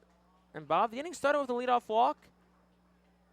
And it led to the home run. Well, we got a 2-out walk with Max McDowell up to the plate. More importantly, Jake, you got some offense in this game, just like you advertised. You got any runs. Said it would happen. You did, and you backed it up. Run scored for the Goats in the top half of the fourth, 2 for the Phils. And now a visit to the pitching mound from the pitching coach, Blaine Beatty, to talk to Case Williams. As we talked about when this inning began, Case Williams had not only been effective but efficient And it was at 35 pitches when this inning began, but now he's up and over 50 pitches, 51 to be exact, and he is not yet out of this inning. As the Phils have flipped the score around to their favor, and they've got him still on the ropes with 2 on and 2 out. Mound visit for Williams. Home plate umpire Paul Romer goes to break it up. There's no activity in the Goats bullpen, so this is not a stall tactic in any way. This is just the pitching coach trying to, just like we talked about with Brad Bergeson, out to talk to Mick Abel to just settle him down in that spot in the top half of the 4th inning. Same situation here to go out and talk to a 21-year-old pitcher on the Rockies organization for the Hartford Yard Goats in Case Williams. First pitch to McDowell's and tight for a ball 1-0. McDowell, the 7th R-Phil to approach the plate in this bottom half of the 4th inning. McDowell flew out the center his first time up, last inning in the 3rd. Here's the pitch. And tight for a ball 2-0. Looks like Williams starting to struggle a bit with command. Still nobody up and throwing in the Yard Goats bullpen down the left field line. Taylor Lehman continues to chuck the baseball, and the R-Phil's end. 2-0 misses outside, 3-0. Only one base runner by way of walk for the Phils through the first 10 batters, and all that changed here in this 4th inning. So 3-0. We'll see if McDowell's sitting all the way. He is. And there for a called strike 3-1. So now you got a hitter's count to Max McDowell, who's yet to record a hit this year. Has driven in a run. See if he gets a green light here from Al Padrique. Williams hit at the belt. Here's the pitch. He was taken all the way again. Counts 3-2. McDowell had zero intention of swinging on that one, as he was already out of his stance, knee straight up, before that pitch was even delivered. 3-2, 2 outs. Runners from first and second will be off. Bottom of the 4th, our Phils lead 2-1. Williams set at the belt. Here's the pitch. That one's grounded. It'll be foul past the third base coach's box. There is now action in the Hartford bullpen. Dylan Spain, the righty from Honolulu, Hawaii. Perfect weather for him. Feels like he's at home. He brought the weather with him. Counts 3-2, runners off again. The pitch, McDowell drives it in the air out towards right center. Restituto started back, goes into his left, and he makes the catch just in front of the wall in right center, and that will retire this side. But 2 runs on a couple of hits for the R-Phils. There were no errors, 2 left on base. We're through 4 from FirstEnergy Stadium, 2-1 Fightin' Phils. Back after this on the R-Phils Radio Network. Join us as we celebrate Reading's Spanish and Latino culture during 12 Friday home games this season. The Savage 61 Fiesta Fridays, presented by Tito's Handmade Vodka, High Noon Sun Sips, Catay Law Offices, Suburban Brewing Company, Haro's Cards and Collectibles, Humane Pennsylvania, Star City Boxing, Apis Services, Supportive Concepts, and Affordable Home Care. Fiesta Friday features special Los Luchadores de Reading uniforms, Hispanic and Latino food and music, and other culture elements throughout the ballpark. Get your tickets now by calling 610-370-BALL, online at rphils.com or at the Customers Bank ticket office. To honor the 275th anniversary of Reading, the R-Phils will play as the Reading Keystones on all Thursdays and select Tuesdays in 2023. Tuesdays are brought to you by Coatesville VA Medical Center. Join us for 11 Keystone Throwback Thursdays, thanks to Burke's Career and Technology Center, H&F Heating and Cooling, and Rip It Baseball Town Charities batting cages. Come celebrate the 275th anniversary of Reading and enjoy some great baseball on Throwback Thursdays in 2023. Get your tickets now by calling 610-370-BALL, online at rphils.com or at the Customers Bank ticket office. Top half of the 5th inning brings in Alvernia Golden Wolves. Call to the bullpen. Step into your future with Alvernia University. Bob, it's Taylor Lehman. 6'8", 240-pound left-hander, 27 years of age, originally from the city of Pittsburgh. Played his college baseball at a school out in central Pennsylvania, known as Penn State University. Never heard of it before. So Lehman in, works here against Boswell. First pitch in there for a called strike. So the numbers for Mick Abel: 4 innings, 3 hits, a run, 2 walks and 4 strikeouts. And theoretically, the walk, it is an earned run, but really a misplayed ball on a fly ball that should have been the last out of the inning. So Mick Abel could have gotten there out of it completely unscathed, but had some issues with the control in the second inning, settled it down when it's all said and done. It's a solid performance from Mick Abel, and especially if you take into consideration what happened in his first start in Richmond, where he struggled with control and didn't get out of the first inning. It's a much better bounce-back kind of performance from Mick Abel tonight. Pitch to Boswell, tried to check his swing, couldn't hold back, so that'll run the count to 1-2 to Brett Boswell. First batter to go against Lehman, who's making just his second appearance of the season for the Phils, the lefty. 6'8", 240 pounds. Long pause, here's the pitch. Off-speed pitch, floated in the air towards left. It'll slice foul out of play. Taylor was in 15 games here in Reading last year, actually started in 4 of those 15 games. He was on the injured list through the end of July after having elbow surgery. He was activated on July 29th and then made the 15 appearances here in Reading.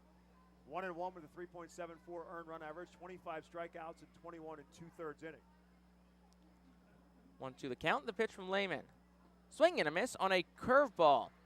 Struck him out. First strikeout from Taylor Lehman.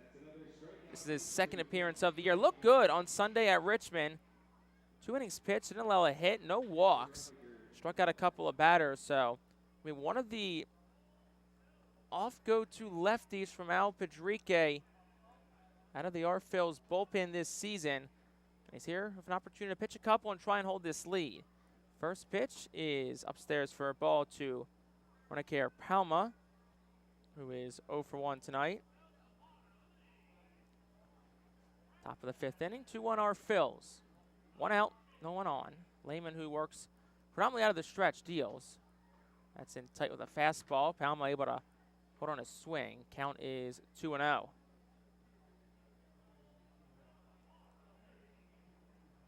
In case you're just joining us, Carlos De La Cruz.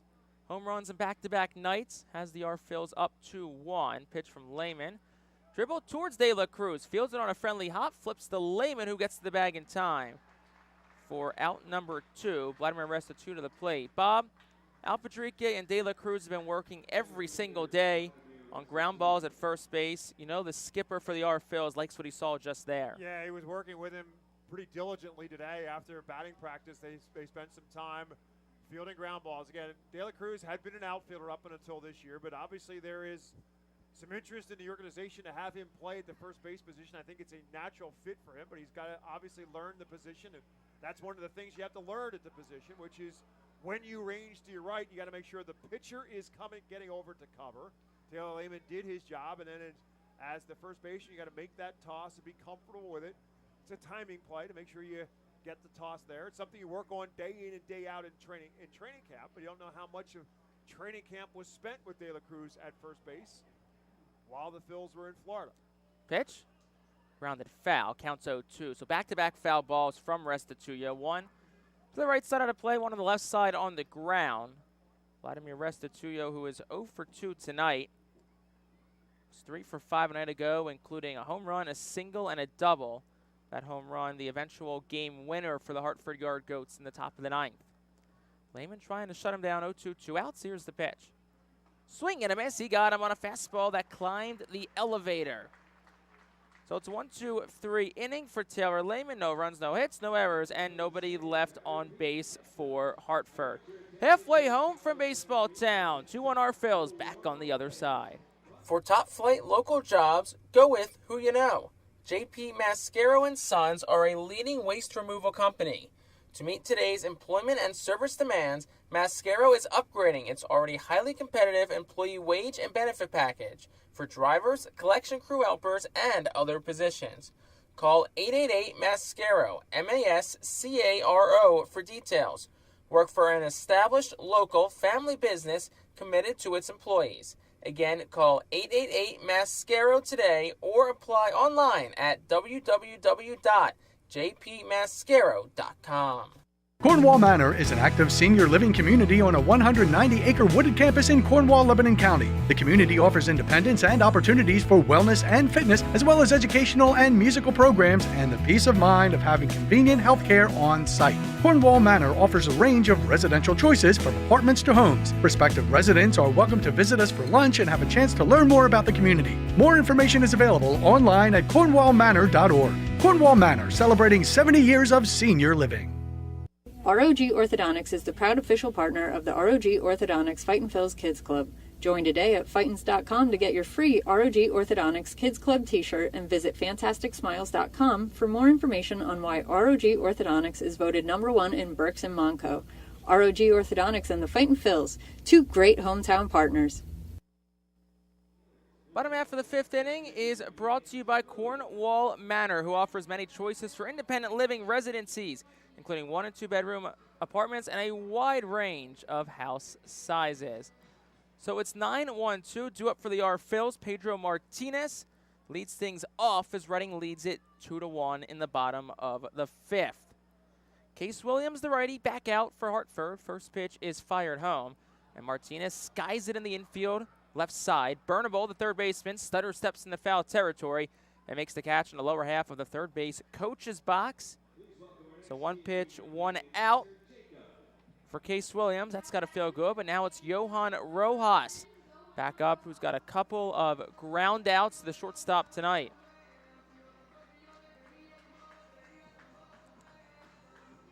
Rojas steps in and immediately asks for time. So I guess time. How about on this day in baseball town history, April 13th, 2001 at Akron, Reading lost the heartbreaker 1-0 in 12 innings. First pitch over for a called strike. When John Hamilton singled home Brian Benefield to win the game. Who started that game? Brett Myers went 7 brilliant innings, 4 hits, no walks, and struck out 11. Rojas offered bunting it, takes it for a called strike. Myers, of counts course, went 0-2. on to be a pitcher on the 2008 World Championship team, was a starter, and then for a while a reliever in Philadelphia. A lot of people thought that would have been the best role for Brett Myers, to be a closer, had that kind of mindset. 0-2 slap foul. Nice job by first base coach Ray Ricker to high step over it. Made absolutely no play on the ball, only just self-preservation. Well, we'll let him hear it tomorrow. And I cannot blame him a bit. That was smoking. Here's the 0-2. Rojas right to short again. Carreras in on it. Couple of crow hops. Throws across in time. 6-3 on the putout. 2 outs for Oliver Dunn. But yeah, Myers in 07. 07-08 were interesting years for Myers. Started slow in 07. Eventually took the closer spot from Tom Flash Gordon. Ended up closing out the season. My fun fact always was he threw the first pitch and the last pitch of the 07 Phillies season. Then in 08, he struggled again with fastball command. Got sent down to the then brand new Lehigh Valley Iron Pigs. Worked on it, came back as a starter, and had some great starts in the postseason. First pitch done for a called strike. He had the famous walk-off Sabathia that set up the Victorino Grand Slam. Had a couple hits in Game 2 of the NLCS against the Dodgers. Pretty infamous at-bats in that postseason. 0-1, down for a ball, 1-1. I was actually at that game, too, when he walked off Sabathia, me, my dad, and a couple of guys my dad works with, and the electricity in that crowd during that at-bat, just each pitch as he kept fouling it off against a guy who's a Cy Young candidate every year was truly something special. 1-1 done with 2 outs in the fifth, and tight, 2-1. Then, of course, the Phillies in 2022 winning the National League Championship. We recognized that a couple of nights ago with the NL Champions Alumni Giveaway T-shirt. That one's fouled back by Oliver Dunn. Counts 2-2. One of a handful of giveaways this year featuring Phillies players from that team. I know we got Nola, Stott, and Bohm bobbleheads and giveaways on tap this year.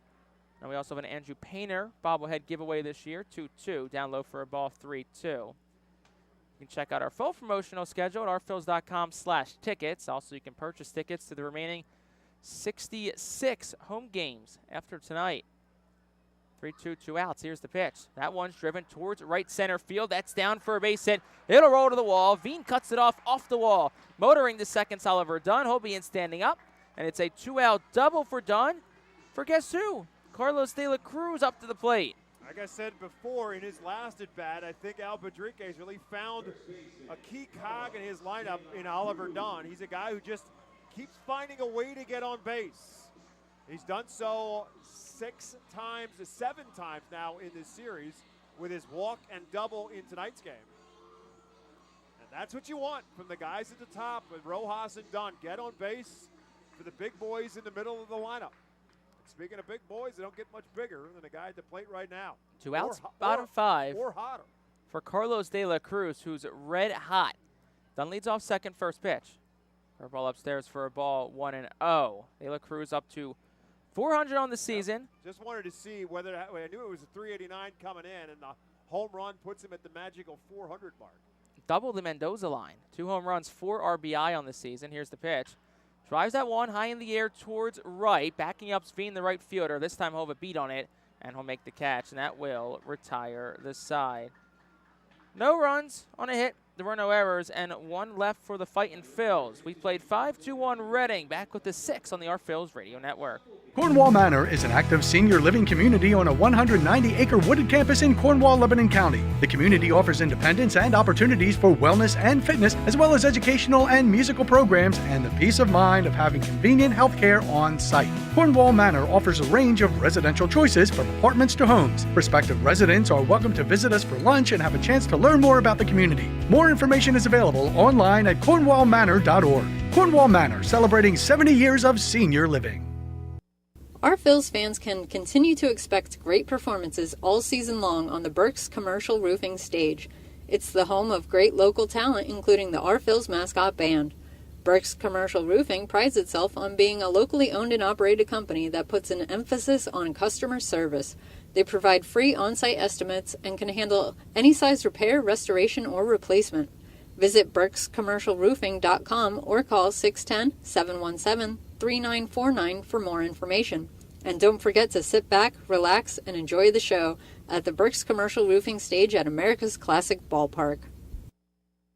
To enjoy a perfectly crafted 1893 from the makers of Pepsi Cola, you must first appreciate its carefully selected ingredients. A dash of cola nut extract, a hint of real sugar, a splash of sparkling water, and a generous amount of attractive spokesperson. Trust me, I'm gorgeous. Cheers to 1893 boldly blended colas, a delicious balancing act of premium ingredients from the makers of.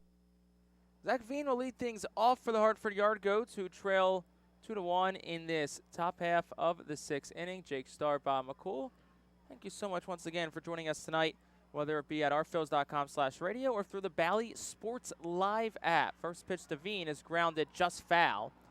Squeezes past that right field line. Counts 0-1 to Veen. International Fireworks is the official sponsor of the Our Phils fireworks shows during the 2023 season. You can enter their store at 242 Sycamore Road in Douglasville, Pennsylvania. Not much fireworks tonight, aside from the De La Cruz 2-run home run. That's been the difference so far through 5, as Reading leads by 1. Counts 0-1 with no outs to Veen. Lehman set at the belt, here's the pitch. That's swung and fouled back. Counts 0-2. Organizational update. Fightin' Phils, unfortunately, Philadelphia Phillies off to a tough start at 4-8 after a loss in extra innings last night in the final game of the series at home against the Marlins. Now on the road in Cincinnati, Kyle Schwarber with a solo home run, but the Phils are down 4-2 in the bottom half of the 5th inning. The Iron Pigs lost last night at Durham. They're now 5-5. They're back in Durham tonight, 6:35 start. They're up 3-2 in the bottom half of the 6th inning with the Bulls batting. Jersey Shore's off to a 2-3 start. They got a hero's welcome last night from Nick Ward, the Westchester University product, who went 2 for 4 with a 3-run home run. Grounded towards first. De La Cruz scoops it and touches the bag himself for the first out of the inning. So the Blue Claws are home against Greensboro. They're up 5-4 in the top of the 6th. And finally, the Clearwater Threshers, off to the best start in the organization. They're 4-1. They got a win last night, 5-3. A big game-winning double from Justin Crawford, the first-round draft pick of the Fightin' Phils last year. Son of former big leaguer Carl Crawford, got a game-winning 2-run double. They are losing, however, 6-2 in the top half of the 5th inning, playing at home against Fort Myers. That's your organizational update as we stand here in the top half of the 5th in Baseball Town. Top of the half of the 6th, in Baseball Town. Game is flying by. First pitch from Lehman to Goodman was fouled back, so nothing to 1 the count. 1 away Top of the 6th, Hunter Goodman 0 for 2 tonight. Lehman set at the belt. Here's the pitch. That one's driven well out towards left field. It is gone over the wall into the Seidel Auto Group deck, and it's a solo shot for Hunter Goodman. Hit that one on a rope that gets over the wall barely. And just like that, we're all tied up at 2 apiece. Goodman hit 2 of them last night, a solo home run in the 3rd and a 2-run home run in the 7th. So his 3rd of the series, his 4th of the season. Again, he hit 36 home runs over 3 levels a season ago in the Rockies organization. He has picked up where he has left off. He has got a powerful stroke, and that was a bullet onto the deck. Well, it's a whole new ball game. 2-2, top 6 for Grant Levine. Lefty on lefty, first pitch, up high for a ball, 1-0. Off the bat, the only question about Goodman's was whether it was over the wall or off the wall, whether it was high enough, and it did clear and get out on the deck. Lehman, who's worked predominantly out of the stretch tonight, here's the pitch. It's in tight for a ball. Count is 2-0. It's the lefty Levine, who's reached base both times tonight, a walk and a single. Singled his last time up in the 4th. Lehman set at the belt again. Pitch clock winds down. Here's the pitch. That one is rope fair down the left field line the other way. It rolls towards the corner. Levine motors to second. Left fielder Kroon gets it into the cutoff Martinez. Skips under Martinez's glove. Lehman has to back it up just to the left of the pitcher's mound, but Levine put the brakes on at second, so it's a one-out double for Grant Levine, his 2nd hit today, and his 3rd time on base for Warming Burnable. And now, with 1 out, this is where you have to really bunker down if you're the R-Phils. Yeah, it's a big spot here for Taylor Lehman. Try to work himself out of any further damage. Make sure you limit it right now to just that solo home run. But that's just a good piece of hitting by Levine. He got a pitch up and in on him from a left-handed pitcher, and he's a left-handed hitter, just kind of squirted it down the 3rd baseline in a perfect spot, and off the bat, that's got extra bases written all over it. So Burnable steps in, man on second, 1 out, top 6. Tie ball game at 2 apiece. Lehman kicks and deals. First pitch in tight to the righty Burnable, 1-0. That gets a little stirring going on in the Reading Keystone bullpen. Nobody up throwing yet, but people are starting to move their arms and swing their arms around to start to get loose. Our Phil's plan is the Keystones tonight, as they will every Thursday and select Tuesdays in 2023. Pitch from Lehman. That one is a hot shot towards the general admission area. Yeah, there's a group of little leaguers down there, and I don't think they've seen too many balls come at them quite that hard. Hopefully everybody's okay. Looks like Hopefully they are. Somebody brought a glove with them, because that was a bullet into the stands. 1-1, the count to Burnable.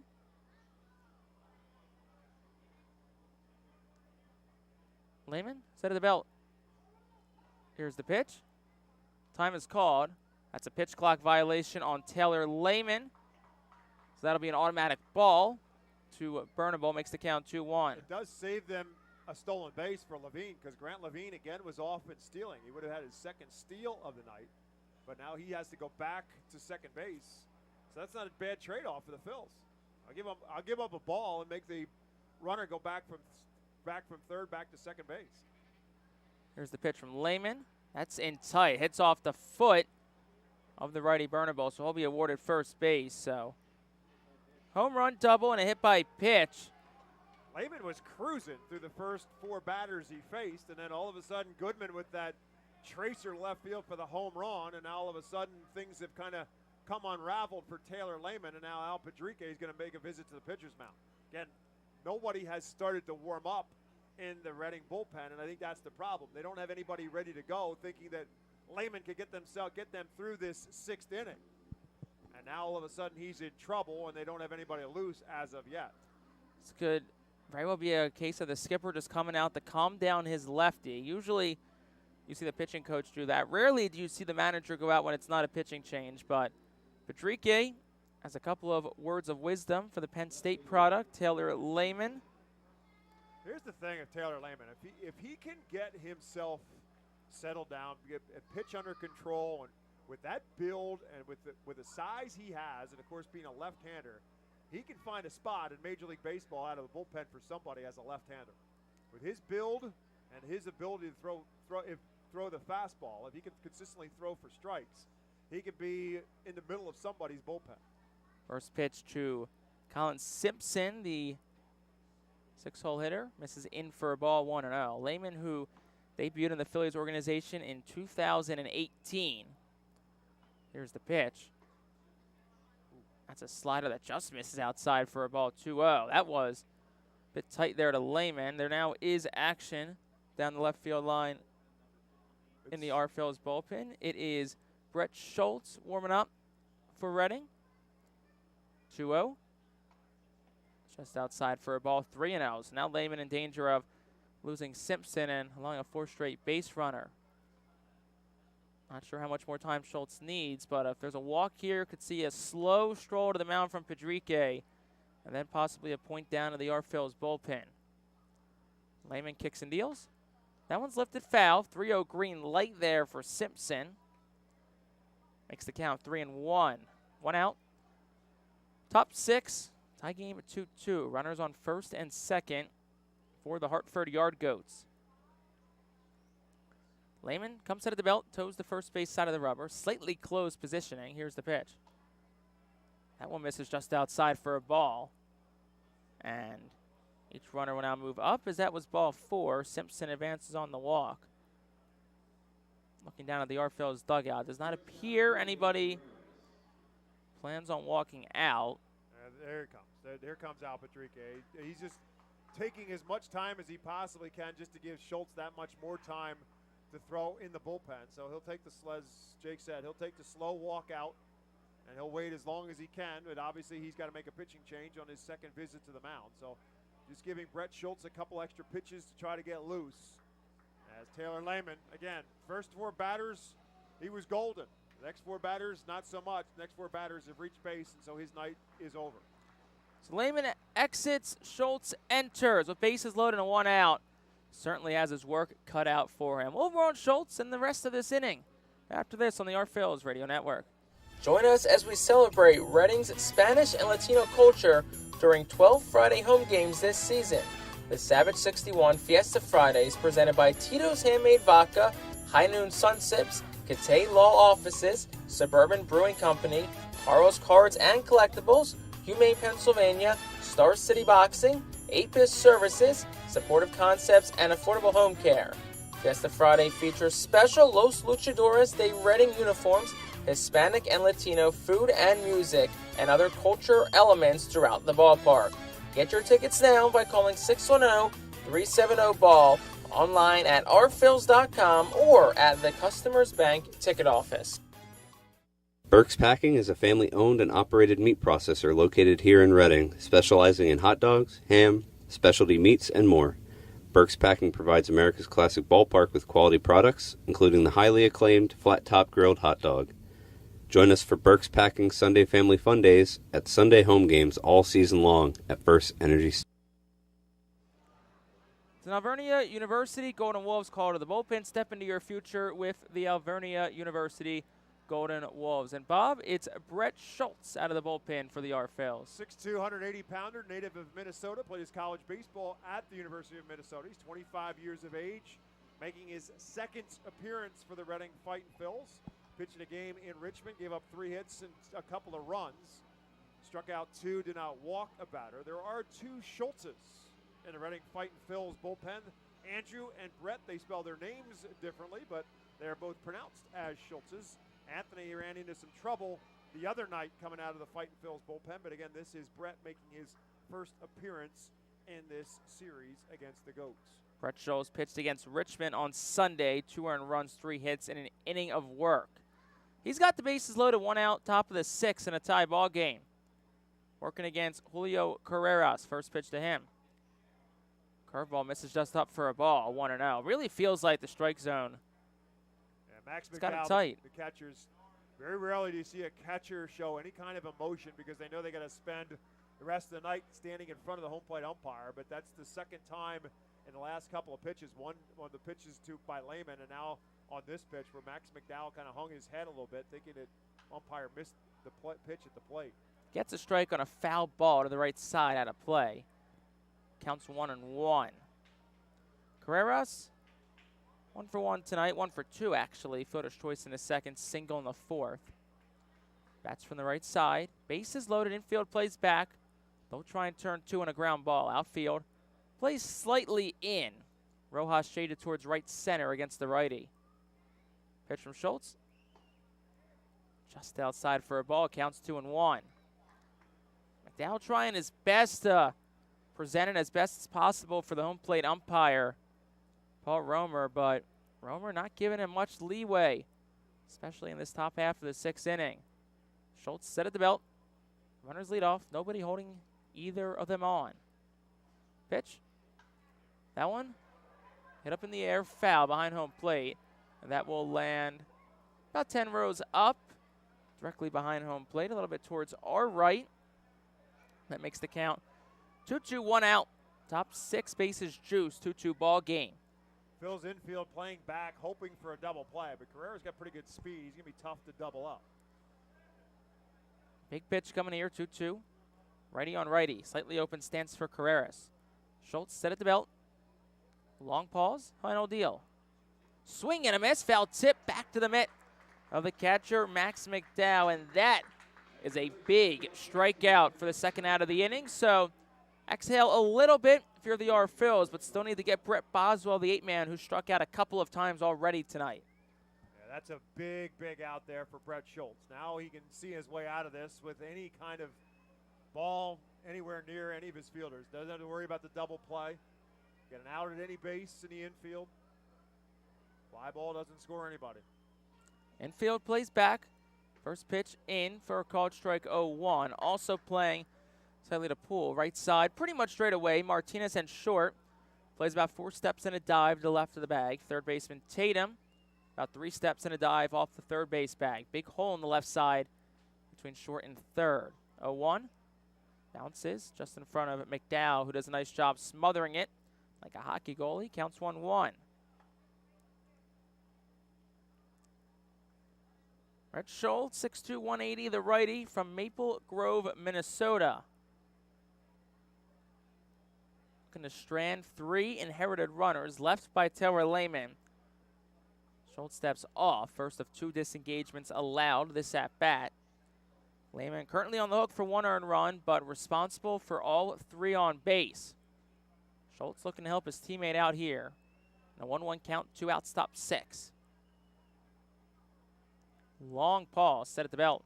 Here's the pitch. Misses letter high, counts 2-1.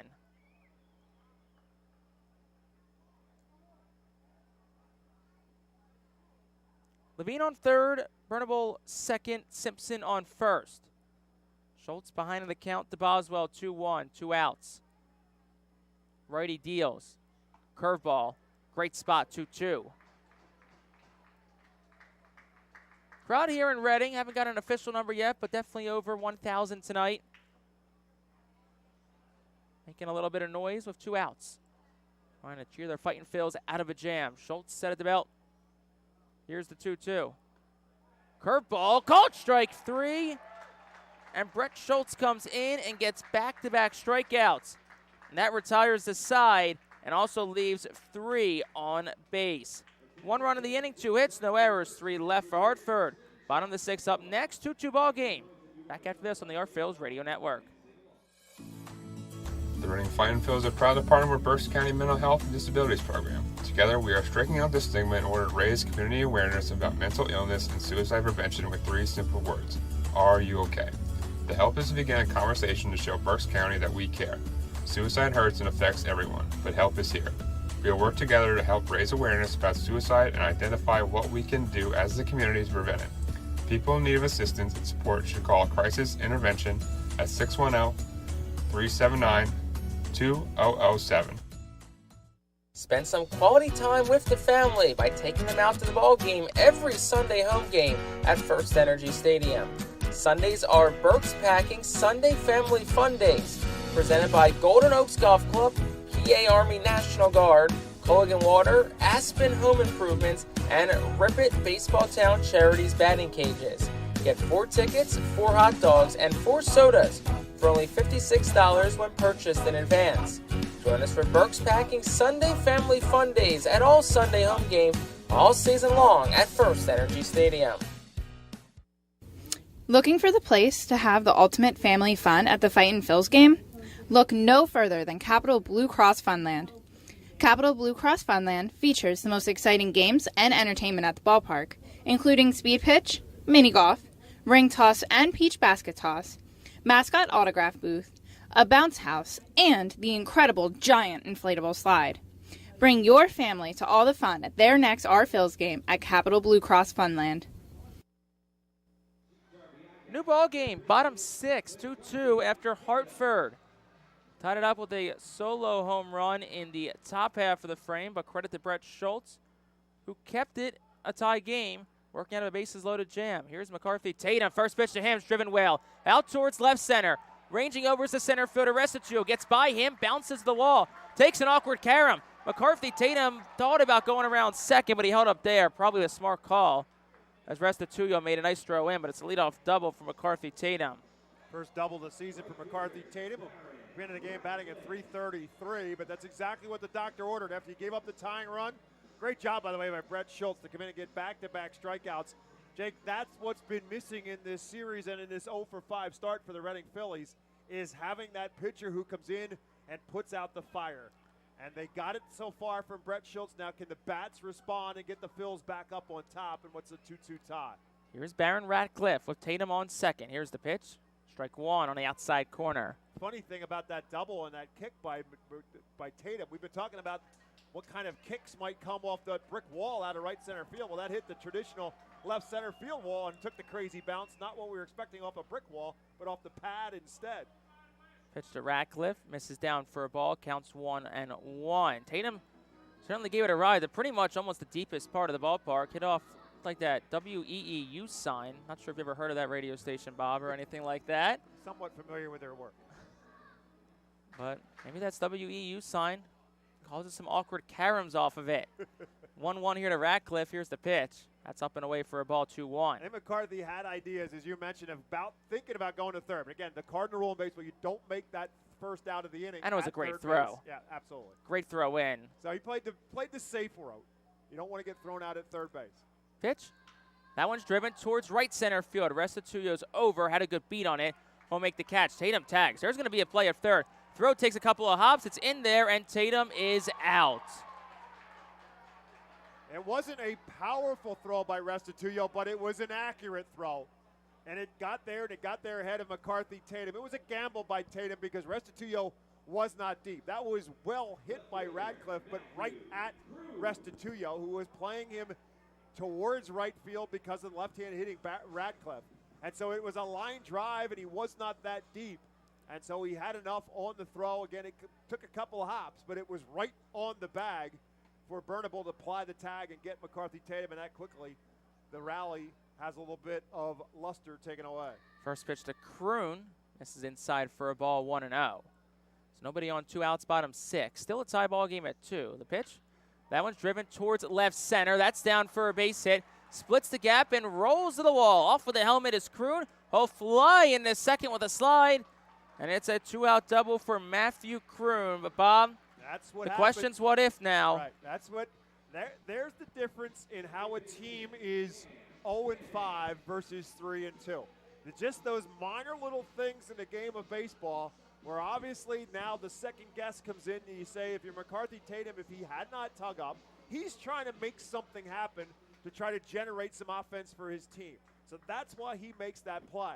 He doesn't know that Matthew Kroon's going to hit a bullet into the gap, but that's what happens. It turns into a double play. Now Matthew Kroon comes up with a double, and obviously if Tatum doesn't tag up, he would have scored easily on the play.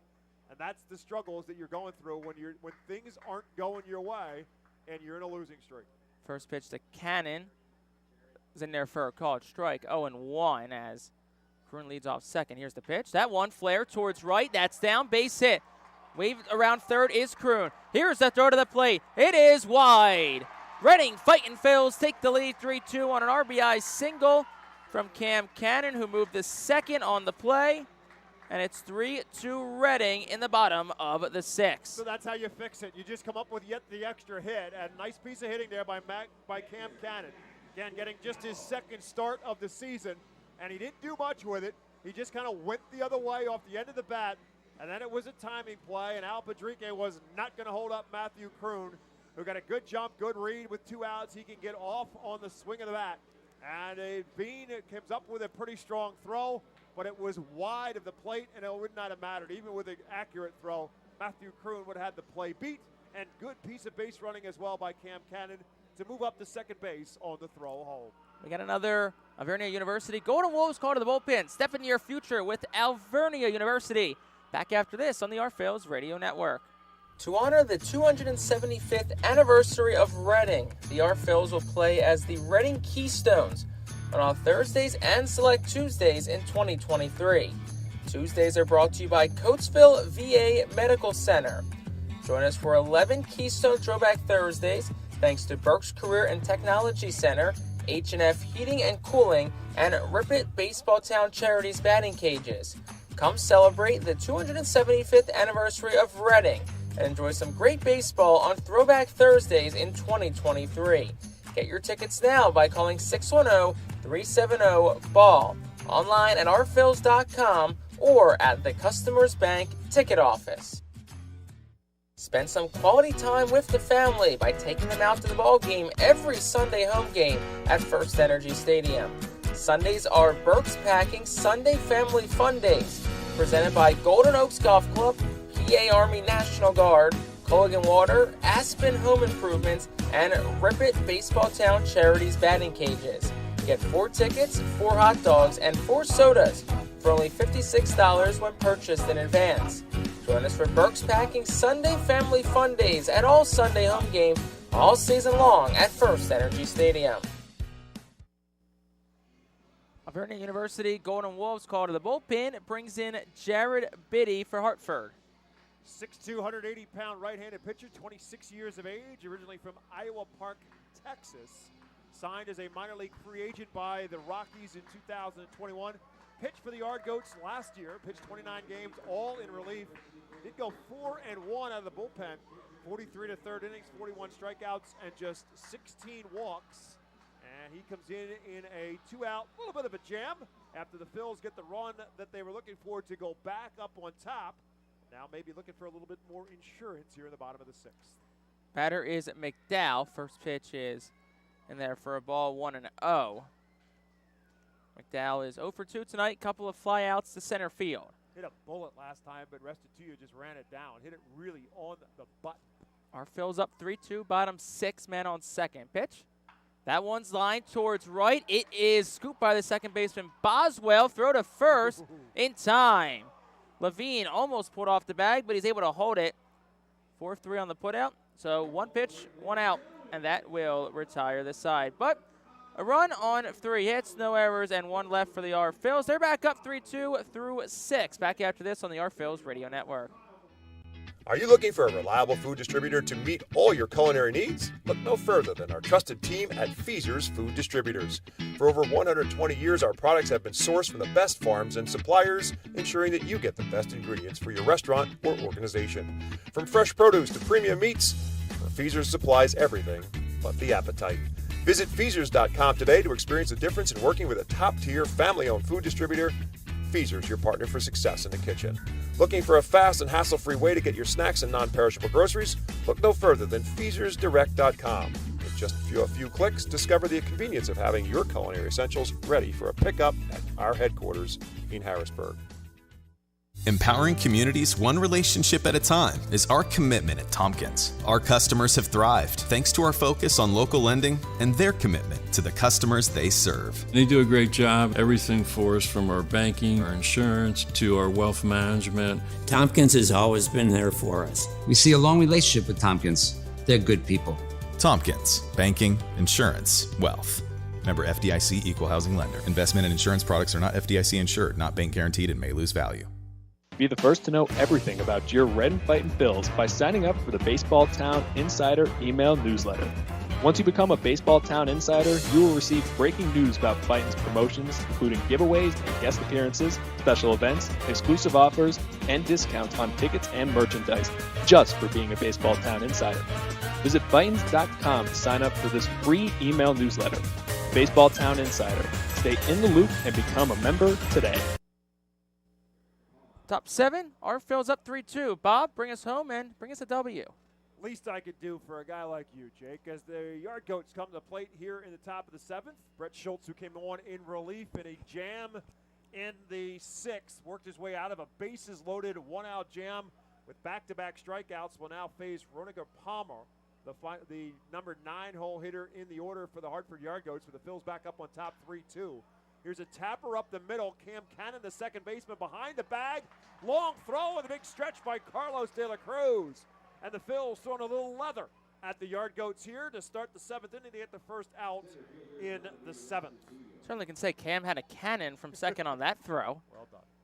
Jersey Mike Subs always offers a sub above, providing their customers with delicious sustenance and substance with a huge variety of options, including both warm and cold subs. Jersey Mike's prides itself on fresh baked bread, fresh sliced meats, and fresh grilled sandwiches. 2 convenient Berks County locations, including the 5th Street Highway in Reading and Broadcasting Square in Wyomissing. Jersey Mike Subs, that is your home for flavorful subs with quality local ingredients. Order today at jerseymikes.com. Jersey Mike Subs is a proud 2023 Fightin' Phil's team feed partner. We appreciate them. Good subs tonight before the game began. And I don't know if you partake, Jake, but I will willingly admit that I did. Chocolate chip cookies, outstanding. Didn't have one tonight, but I will take your word for it, Bob. Experience talks, Jake. Try the chocolate chip cookies. Brett Schultz quickly ahead of Vladimir Restituyo. 1 balls and 2 strikes. Make it 3 strikes on a off-speed pitch. The Restituyo is way out in front. That's 4 outs recorded by Schultz, 3 of them by way of strikeouts since coming in. 2 outs now in the 7th.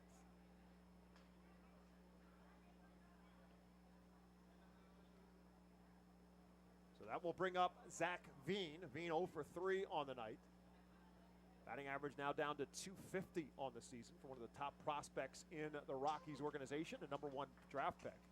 You mentioned that Case Williams was in the 2020 draft pick. So too was Veen and Drew Romo, all in that same 2020 draft for the Colorado Rockies. So 3 of their top prospects in the organization coming in the first couple of rounds in the 2020 draft, and 3 key components for the Hartford Yard Goats in 2023. Romo not getting the start tonight. He'll be back in the lineup, no doubt, tomorrow. As Veen, big swing, no contact on the breaking ball again from Schultz. He's quickly ahead of Zach Veen, no ball and 2 strikes. Schultz has come out of the pen a-dealin'. Now he's a strike away from getting through the 7th.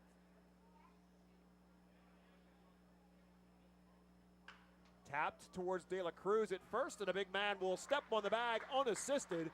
And 1, 2, 3 go the Yard Goats in the 7th. 7th inning stretch time at FirstEnergy Stadium. Fightin' Phil's 3, Yard Goats 2. Nursing home neglect is a serious problem. If you or a loved one has suffered from bed sores obtained in a nursing home or a fall down in a nursing home resulting in a fracture, our friends at Swartz Culleton can help. Call the attorneys at Swartz Culleton for a free consultation. Their phone number is 1-800-JUSTICE. That's 1-800-587-8423. Once again, call 1-800-JUSTICE today. Swartz Culleton is a proud sponsor of the Reading Fightin' Phils. International Fireworks is the official fireworks provider of the Phillies.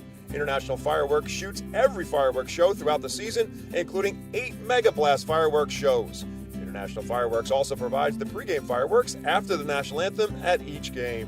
International Fireworks has a nearby retail store in Douglasville, Pennsylvania, where you can purchase all of your fireworks. Visit fireworksorus.com for more information about the International Fireworks retail store in Douglasville. Thanks again to International Fireworks, the official fireworks provider of the Phillies. There's a weekend in July where the baseball world revolves around a village in upstate New York. Baseball Hall of Fame induction weekend in Cooperstown is an unforgettable experience filled with family-friendly activities and priceless moments. Make your plans today for July 21st through the 24th for the induction of Fred McGriff and Scott Rowland as the class of 2023. Visit baseballhall.org today for the entire schedule. See you in Cooperstown, where the journey becomes legend. We head to the bottom half of the 7th inning. The Reading Keystones on an alternate uniform, a throwback Thursday night here at FirstEnergy Stadium on top of the Hartford Yard Goats by a score of 3-2. Pedro Martinez, Johan Rojas, Oliver Dunn due up to face the bullpen now for the Yard Goats. Jared Biddy, who came in to end the 6th inning, now comes back out to start the 7th. So for Case Williams, 5 2/3 innings, 6 hits. He gave up 3 runs, walked 3, struck out 3. Stands to be the loser unless the Yard Goats can reverse this 3-2 deficit, with Pedro Martinez 0 for 2 at the plate. This one lined out of play down the third baseline, and he's quickly ahead of Martinez. No balls and 2 strikes. This has been kind of a game of can you top this? The Yard Goats scored at the top of the 4th. The Phils countered with a 2-run home run from Carlos De La Cruz to go on top.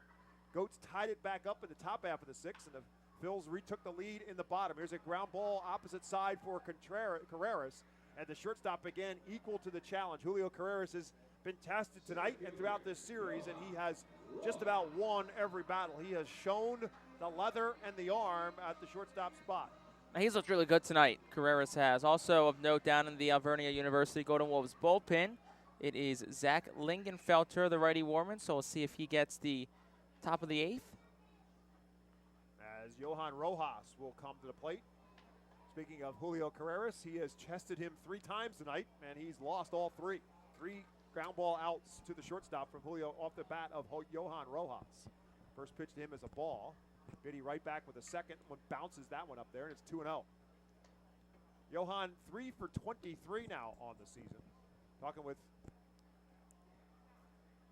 hitting coach Tyler Henson about Johan Rojas before the game and about his approach.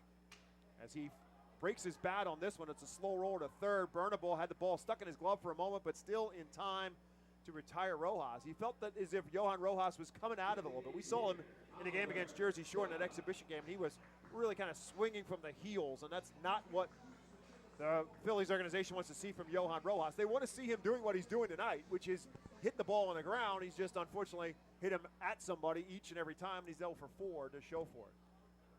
That'll bring up Oliver Dunn, who has been very effective for the Fightins in this game with a walk and a double.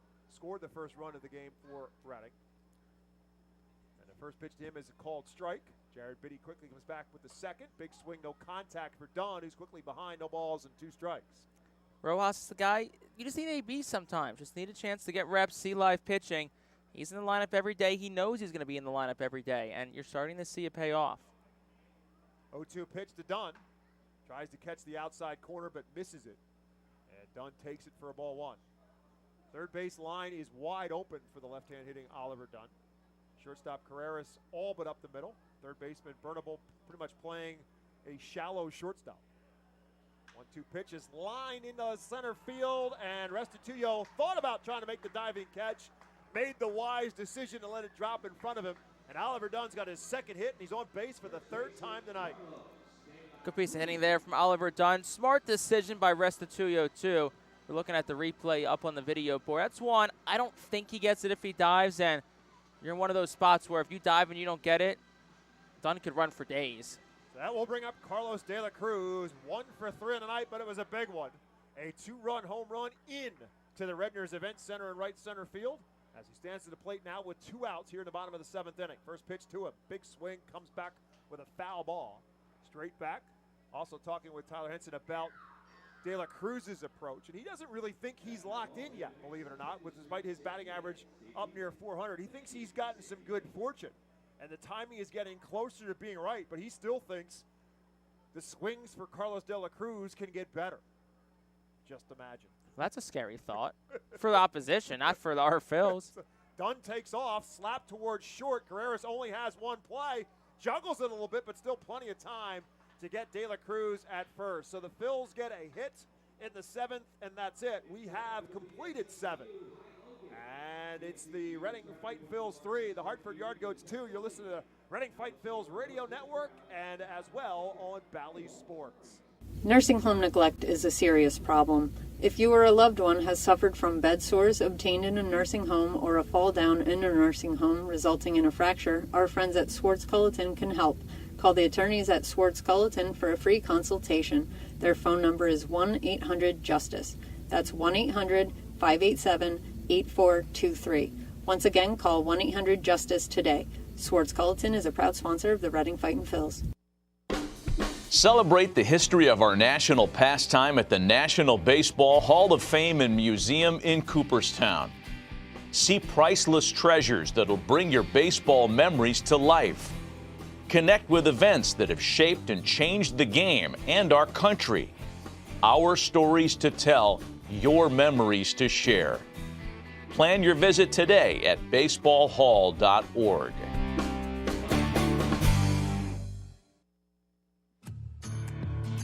The Reading Fightin' Phils birthday package is the best way to celebrate a birthday. Whether you're a youngster or an adult, there's no better birthday than a Fightin' Phils birthday. The Fightin' Fan birthday package is customizable for fans of any age and starts at just $130.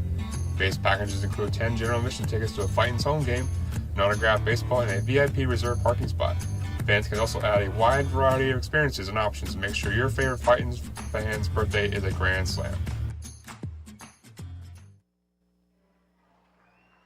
We head to the top half of the 8th inning. New pitcher on the mound for the Fightin' Phils, and it will be Zach Lingenfelter, 6'5", 220-pounder from Knoxville, Tennessee. Outstanding work tonight out of the bullpen for Brett Schultz, an inning and 2/3. Did not give up a hit, did not give up a run, did not give up a walk, and struck out 3, getting himself out of a jam. But getting the Phils out of a jam, he didn't create the jam, he just got out of the jam. And the first pitch from Lingenfelter is tapped foul and out of play by Hunter Goodman. So great job by Schultz out of the bullpen. Now the Reading Fightin' Phils need 6 more outs to get win number 1. And Lingenfelter's job is to get the first 3 of them. He'll face the middle of the order in Hunter Goodman, Grant Levine, and Warming Burnable. A 1 pitch to Goodman. He's just outside ball 1. Goodman 1 for 3 on the night. He had a tracer onto the deck in left field for his 4th home run of the season. It was a solo home run back in his 6th inning. 1-1 pitch. Just up, just caught the letters. Goodman thought it was up high. Lingenfelter will take the call at the letters for a called strike 2.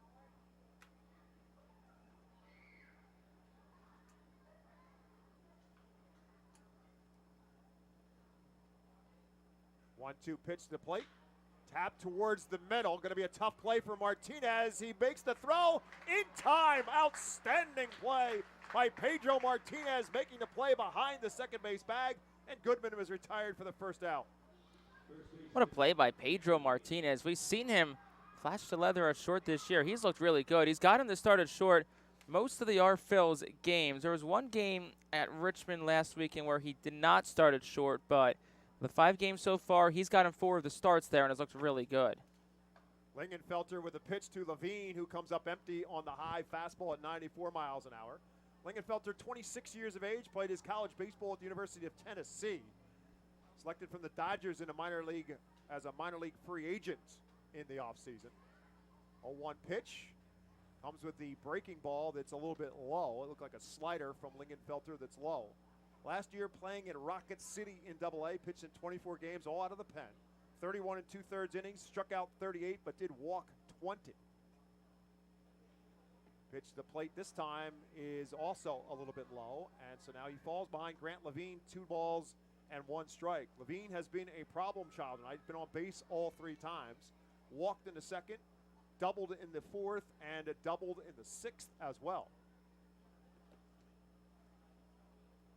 2-1 pitch to him is right there for a called strike 2. I think he fooled Levine there. I think Levine was looking for something off speed, got the fastball, and realized he couldn't catch up to it, so now it's 2 balls and 2 strikes.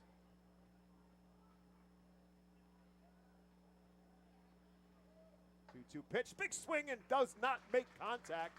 Strike 3, and Lingenfelter gets out number 2 here in the 8th. So we haven't had any 9th inning save situations quite yet, and I don't want to jinx anything, but we've always wondered kind of who would be that 9th inning guy. Well, it's Max Coons, who's starting to get up and throw. So you have to think if Lingenfelter gets through this inning, maybe they go back to him, but early returns looks like it might be Coons who gets the 9th. Warming Burnable now will bat with 2 outs. First pitch, tap towards short. Martinez has it, makes the throw. 1, 2, 3 go the Goats in the 8th. Fightin's looking for some insurance as we head to the bottom of the 8th. It's 3-2 Reading when we come back to FirstEnergy Stadium. Baseball fans, introducing Bally Live, the only app where minor league baseball fans can score major rewards. When you stream your favorite teams live, you'll score rewards. When you chat with friends during a watch party, you'll score rewards. And when you test your skills at trivia, you'll score rewards. Being a fan of minor leagues has never been so rewarding. So what are you waiting for? Download Bally Live for free from the app or Play Store and start scoring rewards today. Berks Immunization Coalition works to provide leadership and education in promoting age-appropriate immunization across the lifespan for all residents of Berks County. This is a coalition comprised of local physicians, nurse practitioners, school nurses, immunization coordinators, immunization advocates, and pharmaceutical representatives working to encourage continuity of immunization through medical resources. They focus on educating both the community and the providers. For more information, please visit www.immunizeba.org and click Local Coalitions. Baseball Town Charities is a nonprofit 501c3 charitable organization founded to keep baseball alive in Reading.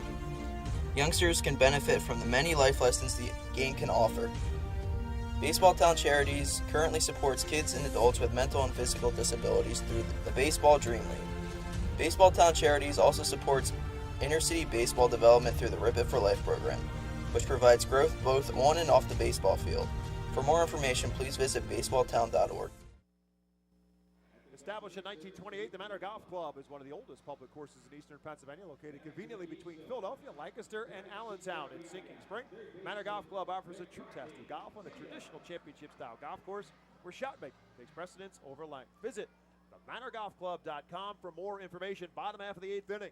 McCarthy Tatum, Baron Radcliffe, Matthew Kroon due up for the Fightin' Phils as they're looking for some insurance here in this 8th inning. On top 3-2. First pitch to Tatum is low for a ball. Second one is on the outside corner for a strike. McCarthy 1 out of 3 tonight with a double his last time up. Keeps that average right at .333, which is what it was coming into tonight's game. This one tapped foul and out of play. So it's now 1 ball and 2 strikes to the cleanup hitter in the Fightin' Phils lineup. Defense plays him pretty much straight away.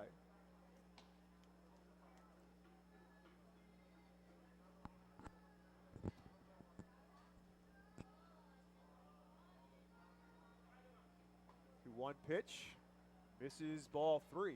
Or excuse me, 1-2 pitch misses ball 2. So it's 2 balls and 2 strikes now to Tatum. Ball got loose in the Phils bullpen. 2-2 pitch, way outside. Now the count's full. We got Coons warming up, who looked good against Hartford the other night. Went an inning. No runs, no hits. Did get a couple of strikeouts. So Padrique probably thinking, all right, he's seen this lineup once already. Give him another chance out there. McCarthy Tatum. Pitch clock down to 2 and to 1.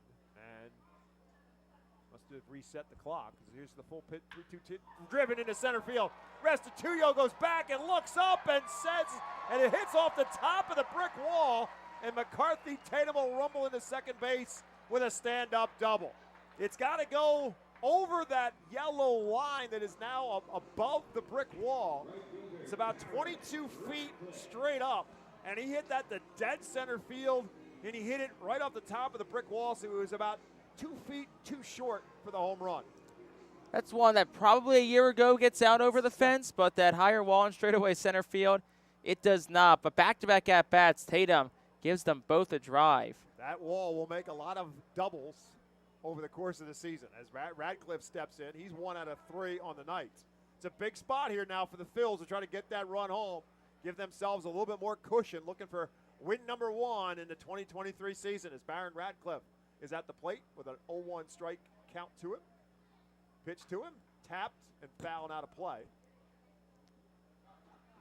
McCarthy Tatum, our Sheets RBI guy, back-to-back at-bats. He came mere feet away from getting an RBI. So, unfortunately, the Sheets RBI guy likely won't deliver tonight unless he comes back around in this bottom of the 8th inning. An optimistic thought process. Well, the other thought process was if he comes up again, it's because we're playing the bottom of the 9th. So. No, you thought about it the right way, the positive way, which was exactly if he comes up again in this inning. Radcliffe now falls behind on a called strike 2, so it's 1 ball and 2 strikes to Barron Radcliffe. This one tapped off the glove. A nice play by the pitcher as Biddy just got it in the webbing, turned and looked as McCarthy Tatum will move up. So it turns into an effective out for Barron Radcliffe. And a nice play by the pitcher, Jared Biddy, to get off the mound and make the play on the flip to first base for the out. It's called doing a job from Radcliffe. You know, he's got to hit it a long way, but he just hits behind the runner, pulls it on the ground, and gets the runner to third, less than 2 outs. Now a lot of possibilities here. Sac fly scores it, infield plays up. For Matthew Kroon, who's 1 for 2 on the night, doubled and scored what is right now the go-ahead run for the Phils. If you're Kroon, you're just looking to elevate something here. Get something in the air in the outfield. Tatum, runner at third base, takes his lead.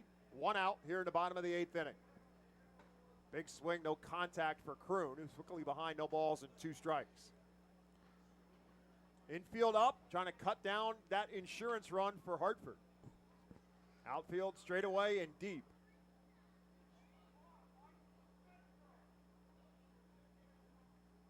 Oh, 2 pitch coming from Biddy.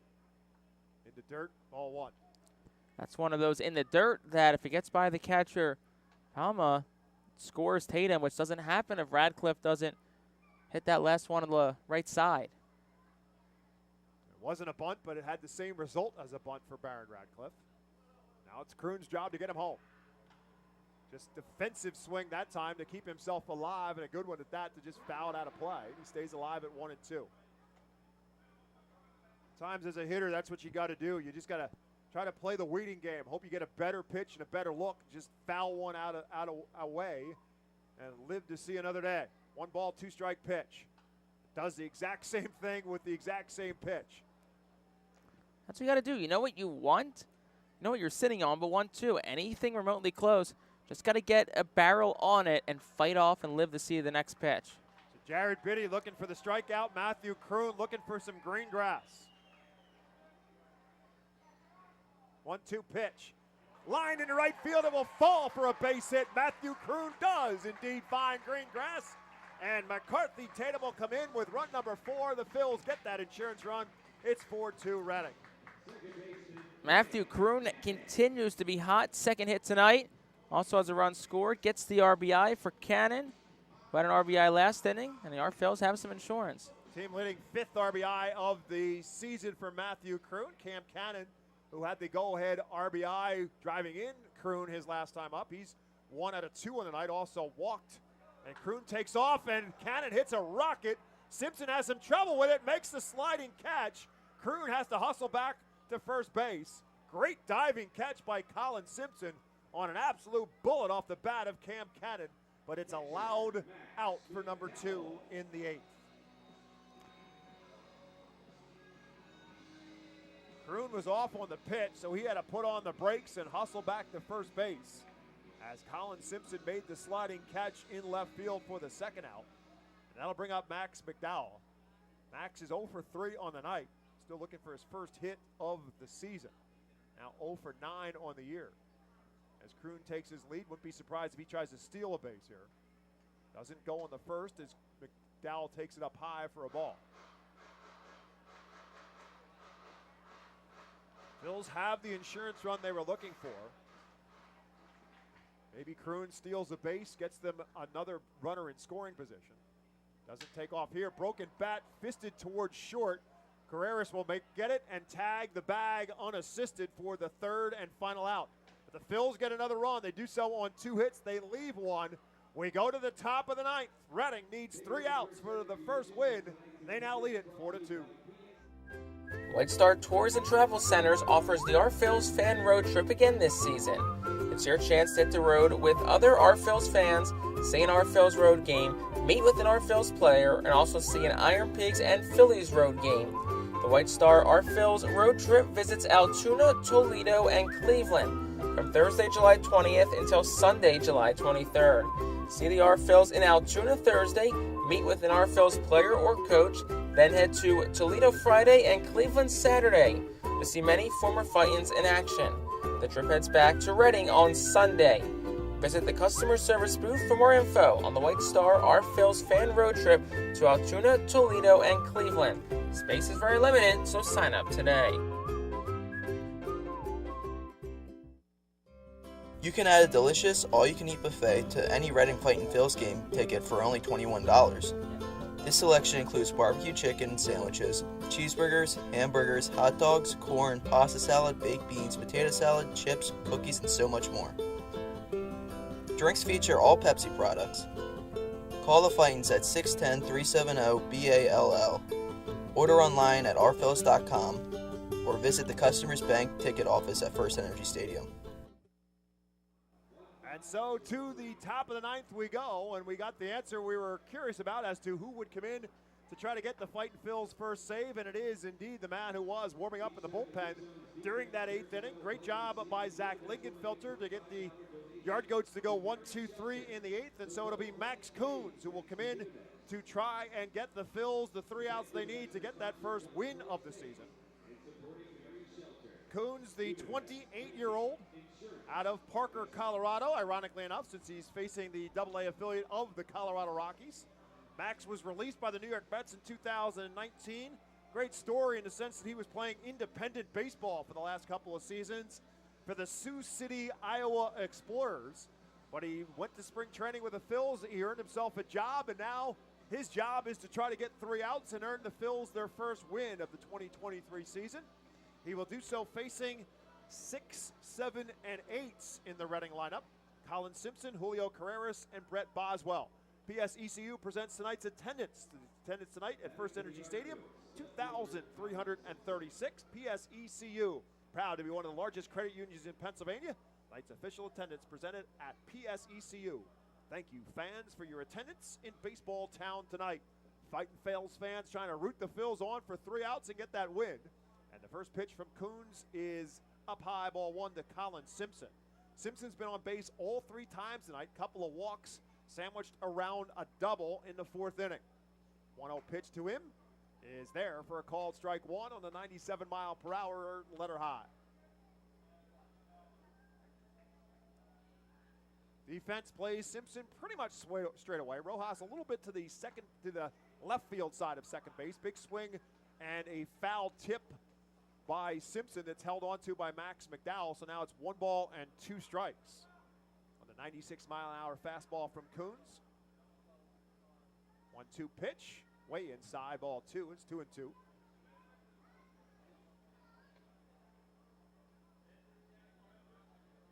Coons making his second appearance. Did pitch an inning earlier in this series. Did not give up a hit or a run.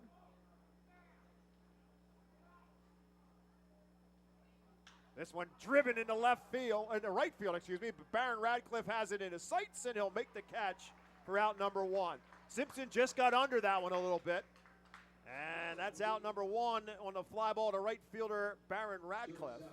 That'll bring up Julio Carreras.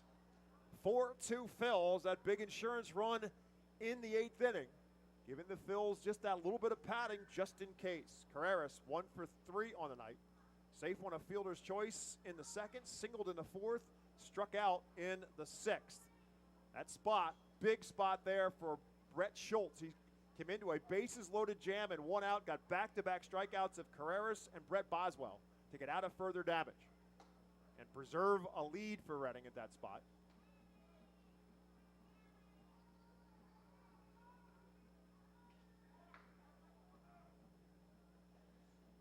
Falls behind him, 2 balls and no strikes. 2-0 pitch. Just a little bit low, and now it's 3-0. That's what you don't want to do. Don't give anybody a free pass. Put the tying run at the plate. 3-0 pitch now coming from Max Coons. Taking all the way, and Carreras takes ball 4. So there you have it. Base on balls. Puts now the tying run at the plate in Brett Boswell. Boswell had a couple of doubles in last night's game, but he's struck out all 3 plate appearances tonight. Mick Abel got the start, went 4 innings. Taylor Lehman went an inning and a third. Brett Schultz went inning and 2/3. Matt Zach Lingenfelter pitched the 8th, and now it's Max Coons trying to get through the 9th. But he misses to Boswell, so that's 5 straight now out of the zone for Coons. As he falls behind Boswell, 1 ball and no strikes. This one catches the inside corner. Now it's 1 ball and 1 strike. Carrera's the runner at the runner at first. Wouldn't think he would try to steal a bag here, down by 2 runs.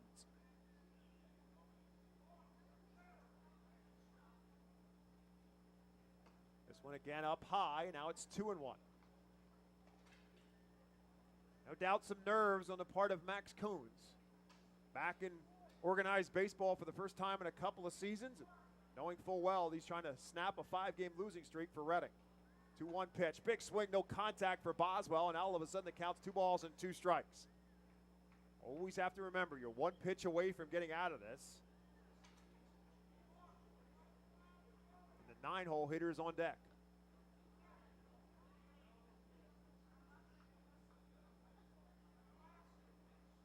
Two balls, 2 strikes. Carreras does take off. The pitch is a little bit low, apparently. Not even an attempt to throw down by McDowell. And so Carreras does steal the bag. At least keeps them out of the double play situation for the time being, as the count now full on Boswell.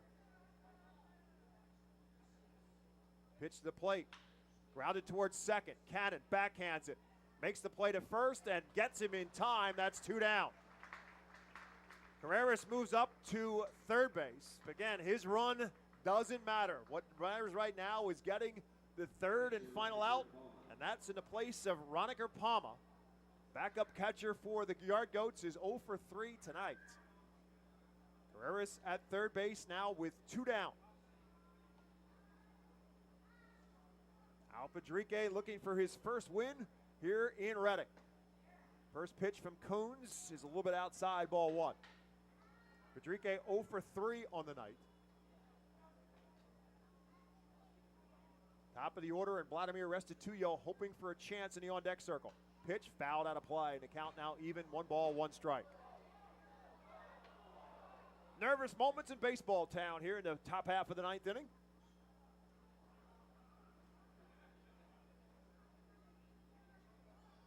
Coons from the stretch. 1-1 pitch, big swing and a no contact way out in front of the breaking ball. And Coons works himself ahead, 1 ball and 2 strikes. Fightin' Phil's fans, 2,336 strong on their feet, trying to get that last strike for Max Coons. Pitch to the plate. Swing and a miss, and there it is. The Reading Fightin' Phils have snapped the 5-game losing streak. They get the W tonight, as Palma is a strikeout victim and Max Coons will earn himself a save. And now we see the brand new lights flashing here at FirstEnergy Stadium to celebrate win number 1 of the 2023 season, as Reading holds on for the win. For the Yard Goats in the 9th, no runs, no hits. There were no errors. There was 1 man left on base. The Reading Fightin' Phils with the W tonight in baseball town. The final, Reading 4, Hartford 2. We'll take a timeout, back with our postgame show when we come back on the Reading Fightin' Phils Radio Network.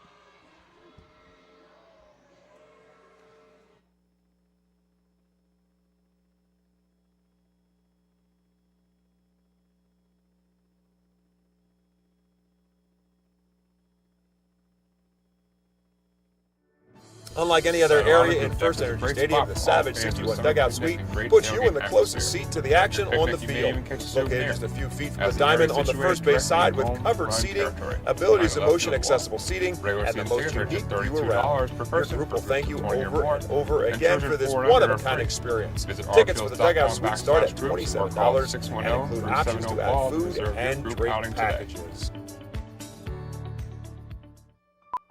The ProMax Fence Systems Foul Porch the Louisiana is an exclusive Swamplands. group experience. Out here, you're either lunch or you're enjoying it. Make sure you end up on top with the all-powerful lineup of Kia SUVs, like the Telluride, Sportage, and Sorento, equipped with available all-wheel drive, higher ground clearance, and the interior capacity to bring everything you need.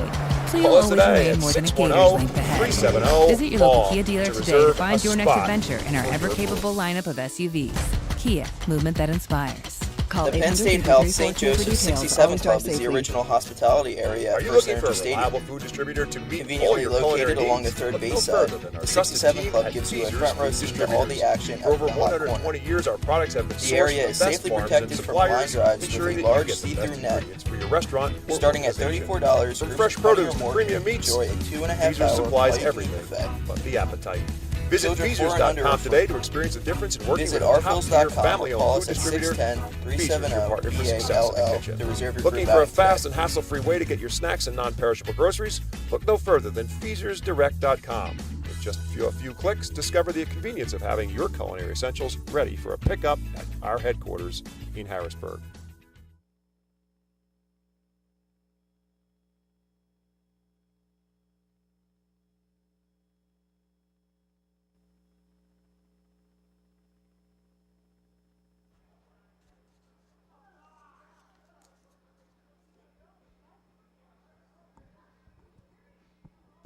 So win number one comes for the Fightin' Phils in Baseball Town on the sixth game of the season. Reading now goes to 1-5 and gets the monkey off the proverbial back as they come up with the win. For Reading, big stars of the night, Carlos De La Cruz with a 2-run home run in the fourth. That gave Reading a 2-1 lead after Hartford got a run in the fourth inning off of Mick Abel. The only run surrendered by Abel, and it really wasn't his fault. He had a couple runners on, but it was a pop fly into left field that the left fielder Max Kroon and the shortstop Pedro Martinez misplayed. The ball landed behind Kroon and a run scored as a result. So that was the first run for Hartford, but De La Cruz wiped that out with the 2-run home run in the bottom half of the fourth inning. Hartford then tied it up in the sixth on a solo home run by Hunter Goodman to make it a 2-2 game. Taylor Lehman surrendering that home run, and the wheels kind of came off the cart at that point in time for Lehman after he had retired 4 straight batters. And then he ultimately allowed 4 straight batters to get on base. Loaded the bases back up on a double, a hit by pitch, and a walk. And Al Padrique made the call to the bullpen to Brett Schultz, and what a job he did. Bases loaded in a 2-2 tie and 1 out. And Brett Schultz retired Julio Carreras on a strikeout, and Brett Boswell the same. Back-to-back strikeouts to get out of further damage to make it a stay at 2-2 as the Phils came to the plate in the bottom half of the sixth inning. McCarthy Tatum led it off with a double. Baron Radcliffe then hit a bullet into shallow right center field and was well played by the center fielder Vladimir Restituyo. McCarthy Tatum tried to tag up, and Restituyo made the throw on the bag to retire Tatum on the throw out and the double play. And it looked like the Phils were going to waste the opportunity to try to take the lead, but Matthew Kroon then stepped to the plate, and he hit one in the left center field gap to get a double.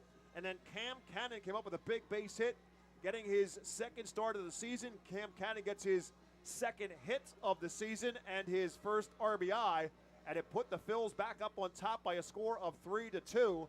And then he turned things over to the bullpen. Schultz came back out and finished the seventh inning. So he goes an inning and 2/3 tonight. Struck out 3 along the way. Zach Lingenfelter comes on then for the 8th and got 3 straight outs. And then Max Coons comes on in the 9th. But the Phils before that in the bottom of the 8th got a big insurance run. McCarthy Tatum led off the 8th inning with a rocket to dead center field that just missed by about 1.5 foot of going out and into the Redner's Event Center in dead center field, but he was just under the yellow line and hit off the top of the bricks for a double. Baron Radcliffe then hit a bouncer to the right side that was played by the pitcher Jared Biddy, and a force out at first base that moved Tatum to third base, and Matthew Kroon plated him with an opposite field single to make it 4-2, and then on came Max Coons to get the Yard Goats. They did get a runner on by way of walk, but eventually it was a strikeout by Max Coons to end the 9th inning. And so the Fightin' Phils with 4 runs on 9 hits. They did not commit an error. They left 7 men on base. For Hartford, 2 runs on 5 hits, no runs, and 7 left on base for the Yard Goats. They fall to 3-3 on the season. And Reading finally, thankfully, gets that first W, and hopefully good things will continue to grow now for the Reading Fightin' Phils, playing as the Reading Keystones tonight. On a Throwback Thursday, they will be Los Luchadores tomorrow night on a Fiesta Friday. Hope you can join us here at First FirstEnergy Stadium as the Reading Fightin' Phils will host the Yard Goats for Game 4 of the series. My colleague Jake Starr and I will be on the deck for on the plaza, for the pregame show, and we will have that for you. First pitch for tomorrow night on the Friday night game, scheduled for a 6:45 start time. And as always, we'll have the call of the game for you here on the Reading Fightin' Phils radio network. 6:45 is game time. Tompkins Plaza will open up at 5. The seating bowl will open up at 6. We'll be on the air with our pregame show at 5:15 tomorrow night from Tompkins Miss Plaza. And then we'll have the game time for you tomorrow night here at 6:45 if you can't make it out to FirstEnergy Stadium. 2,336 watching baseball here in Baseball Town, and they see the Fightin' Phils pick up their first win of the year. And so hopefully that turns into more good things for Reading in 2023. Final score one more time, Reading 4, Hartford 2. That'll do it for our broadcast tonight. For my colleague Jake Starr, my name is Bob McCool. Thank you for listening to Reading Fightin' Phils baseball here on the Reading Fightin' Phils radio network. Hope to see you out here at the ballpark tomorrow night for more baseball in baseball time. Have a good night, everyone.